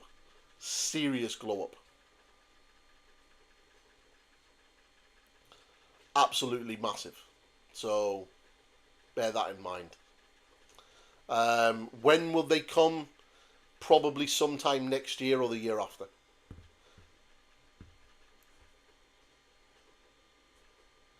Emma's Children? I don't know, personally.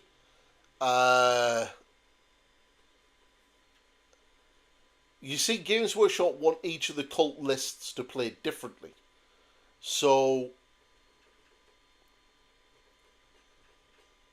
the Emperor's Children are a close combat army. Now, ideally, I'd like to see them get Terminators. In fact, I would like all of the Loyalists, all of the cult armies to have Terminators. So I want World Eaters to have Terminators. I want Emperor's Children to get Terminators. Death Guard have already got theirs. Thousand Sons have already got theirs. So I think both of those armies need Terminators. I have heard and seen photos of what appears to be World Eaters on Juggernauts. There is artwork of a unit of World Eaters on Juggernauts in the current codex. In fact, I will show you that right now.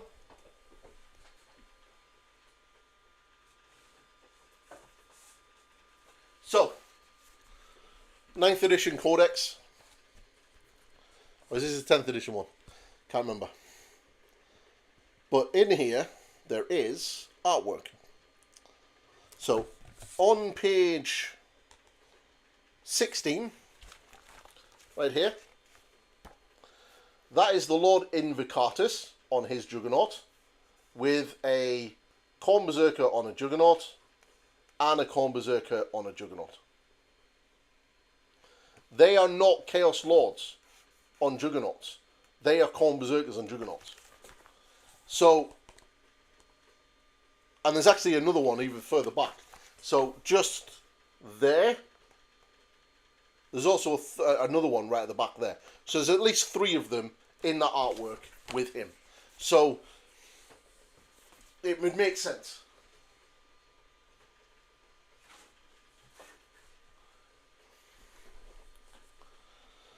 So, Juggernauts, yes. It wouldn't surprise me if they had to go removed to Imperial Agents. Who's that? The Death Watch? What do you think would be done? Well, yeah, it makes sense. Like, no. Grey Knights are entirely getting their own codex, completely. Grey Knight Codex is getting an entire refresh, as far as I'm aware. So, as far as I'm aware, they are getting. That's how they started. I remember Grey Knights coming into the game very, very well. They came into with the yellow or red compendium at the end of Rogue Trader. And you got, for 1,000 points, you had 5 guys. And they operated individually. So they didn't work as a squad. They just worked as 5 individual models. And they literally used to be able to teleport in and basically just point to you and go, your head has exploded. And they were horrible. Absolutely horrible. They were just nuts. They were scary. Like, I remember playing my friend and he had five he had five Grey Knights, and at the time I had my Land Raider, which was impossible to kill because if it stayed stationary, it had a reflector field, which is basically like an invulnerable save, and if it moved, it was really hard to hit or really hard to damage. So it was really annoying. You couldn't really take it down, and it had a lot of firepower. And these Grey Knights just rocked up and just absolutely decimated it. Just like decimated it. It was crazy. How do you play Deathwatch if their supplement is removed? You don't. But they do have models. So that implies that they are going to continue being supported because they haven't been told that they are being removed. So they are still very much a part of the game. And in fact, if you go to Space Marines, they are still on the list. So you have the Primaris Kill Team, which is a new kit. That is a brand new kit.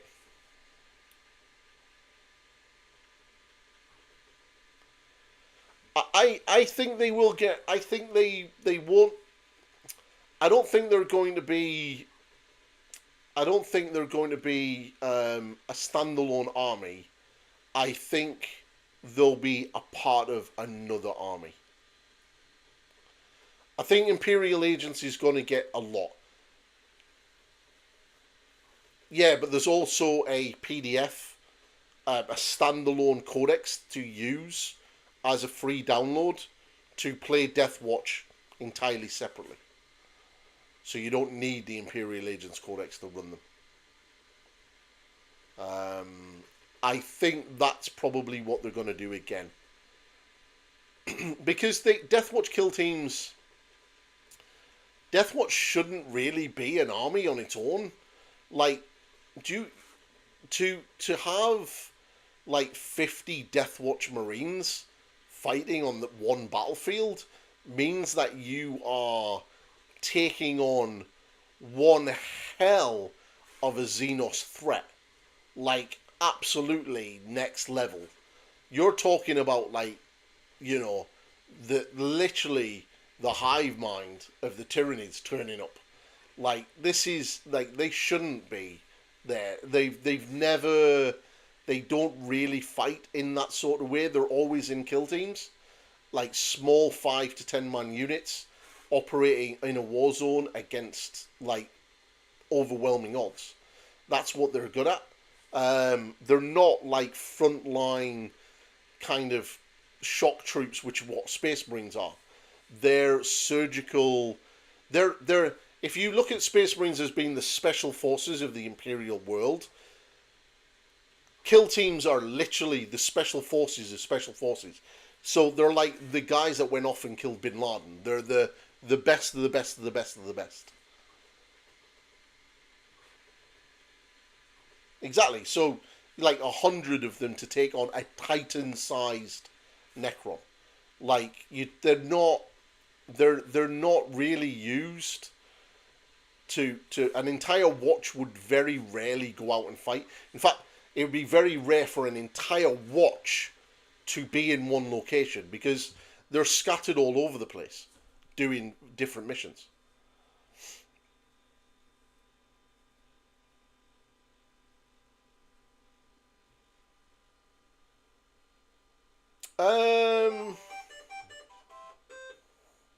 That would be my basis. Alright, no problem, Virus. See you later.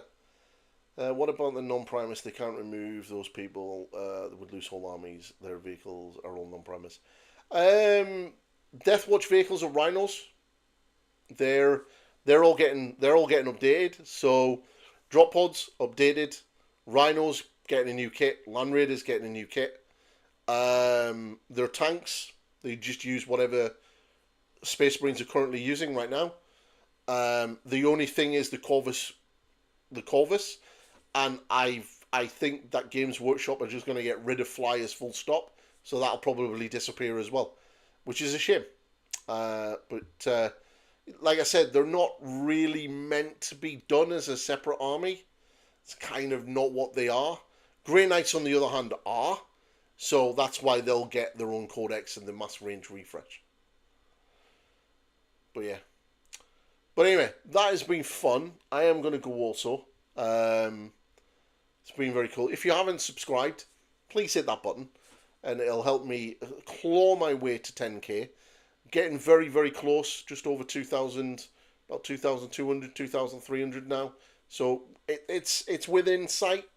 We're slowly making our way there. I'm going to hopefully try to get to 10k by the end of the year.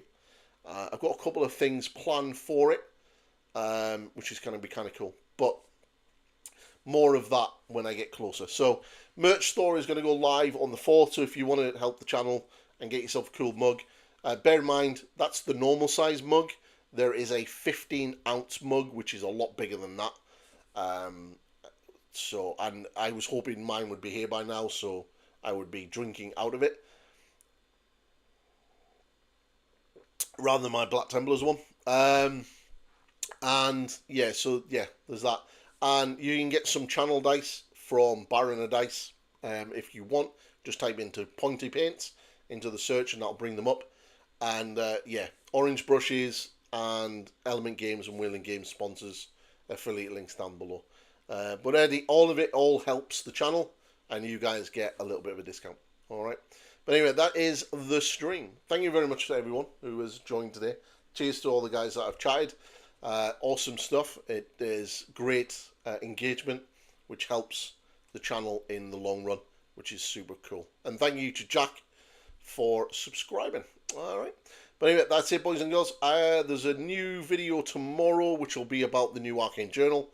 I will then have a video coming out on Thursday, which will be something what to do with the Chaos part of the 2-player start set. And then this weekend I will try to get the Slanesh video up as well. Alright, there will be a desert themed base video coming also. So that'll probably come either at the weekend or start of next week. But either way, lots of stuff coming. So I will catch you all later. Bye.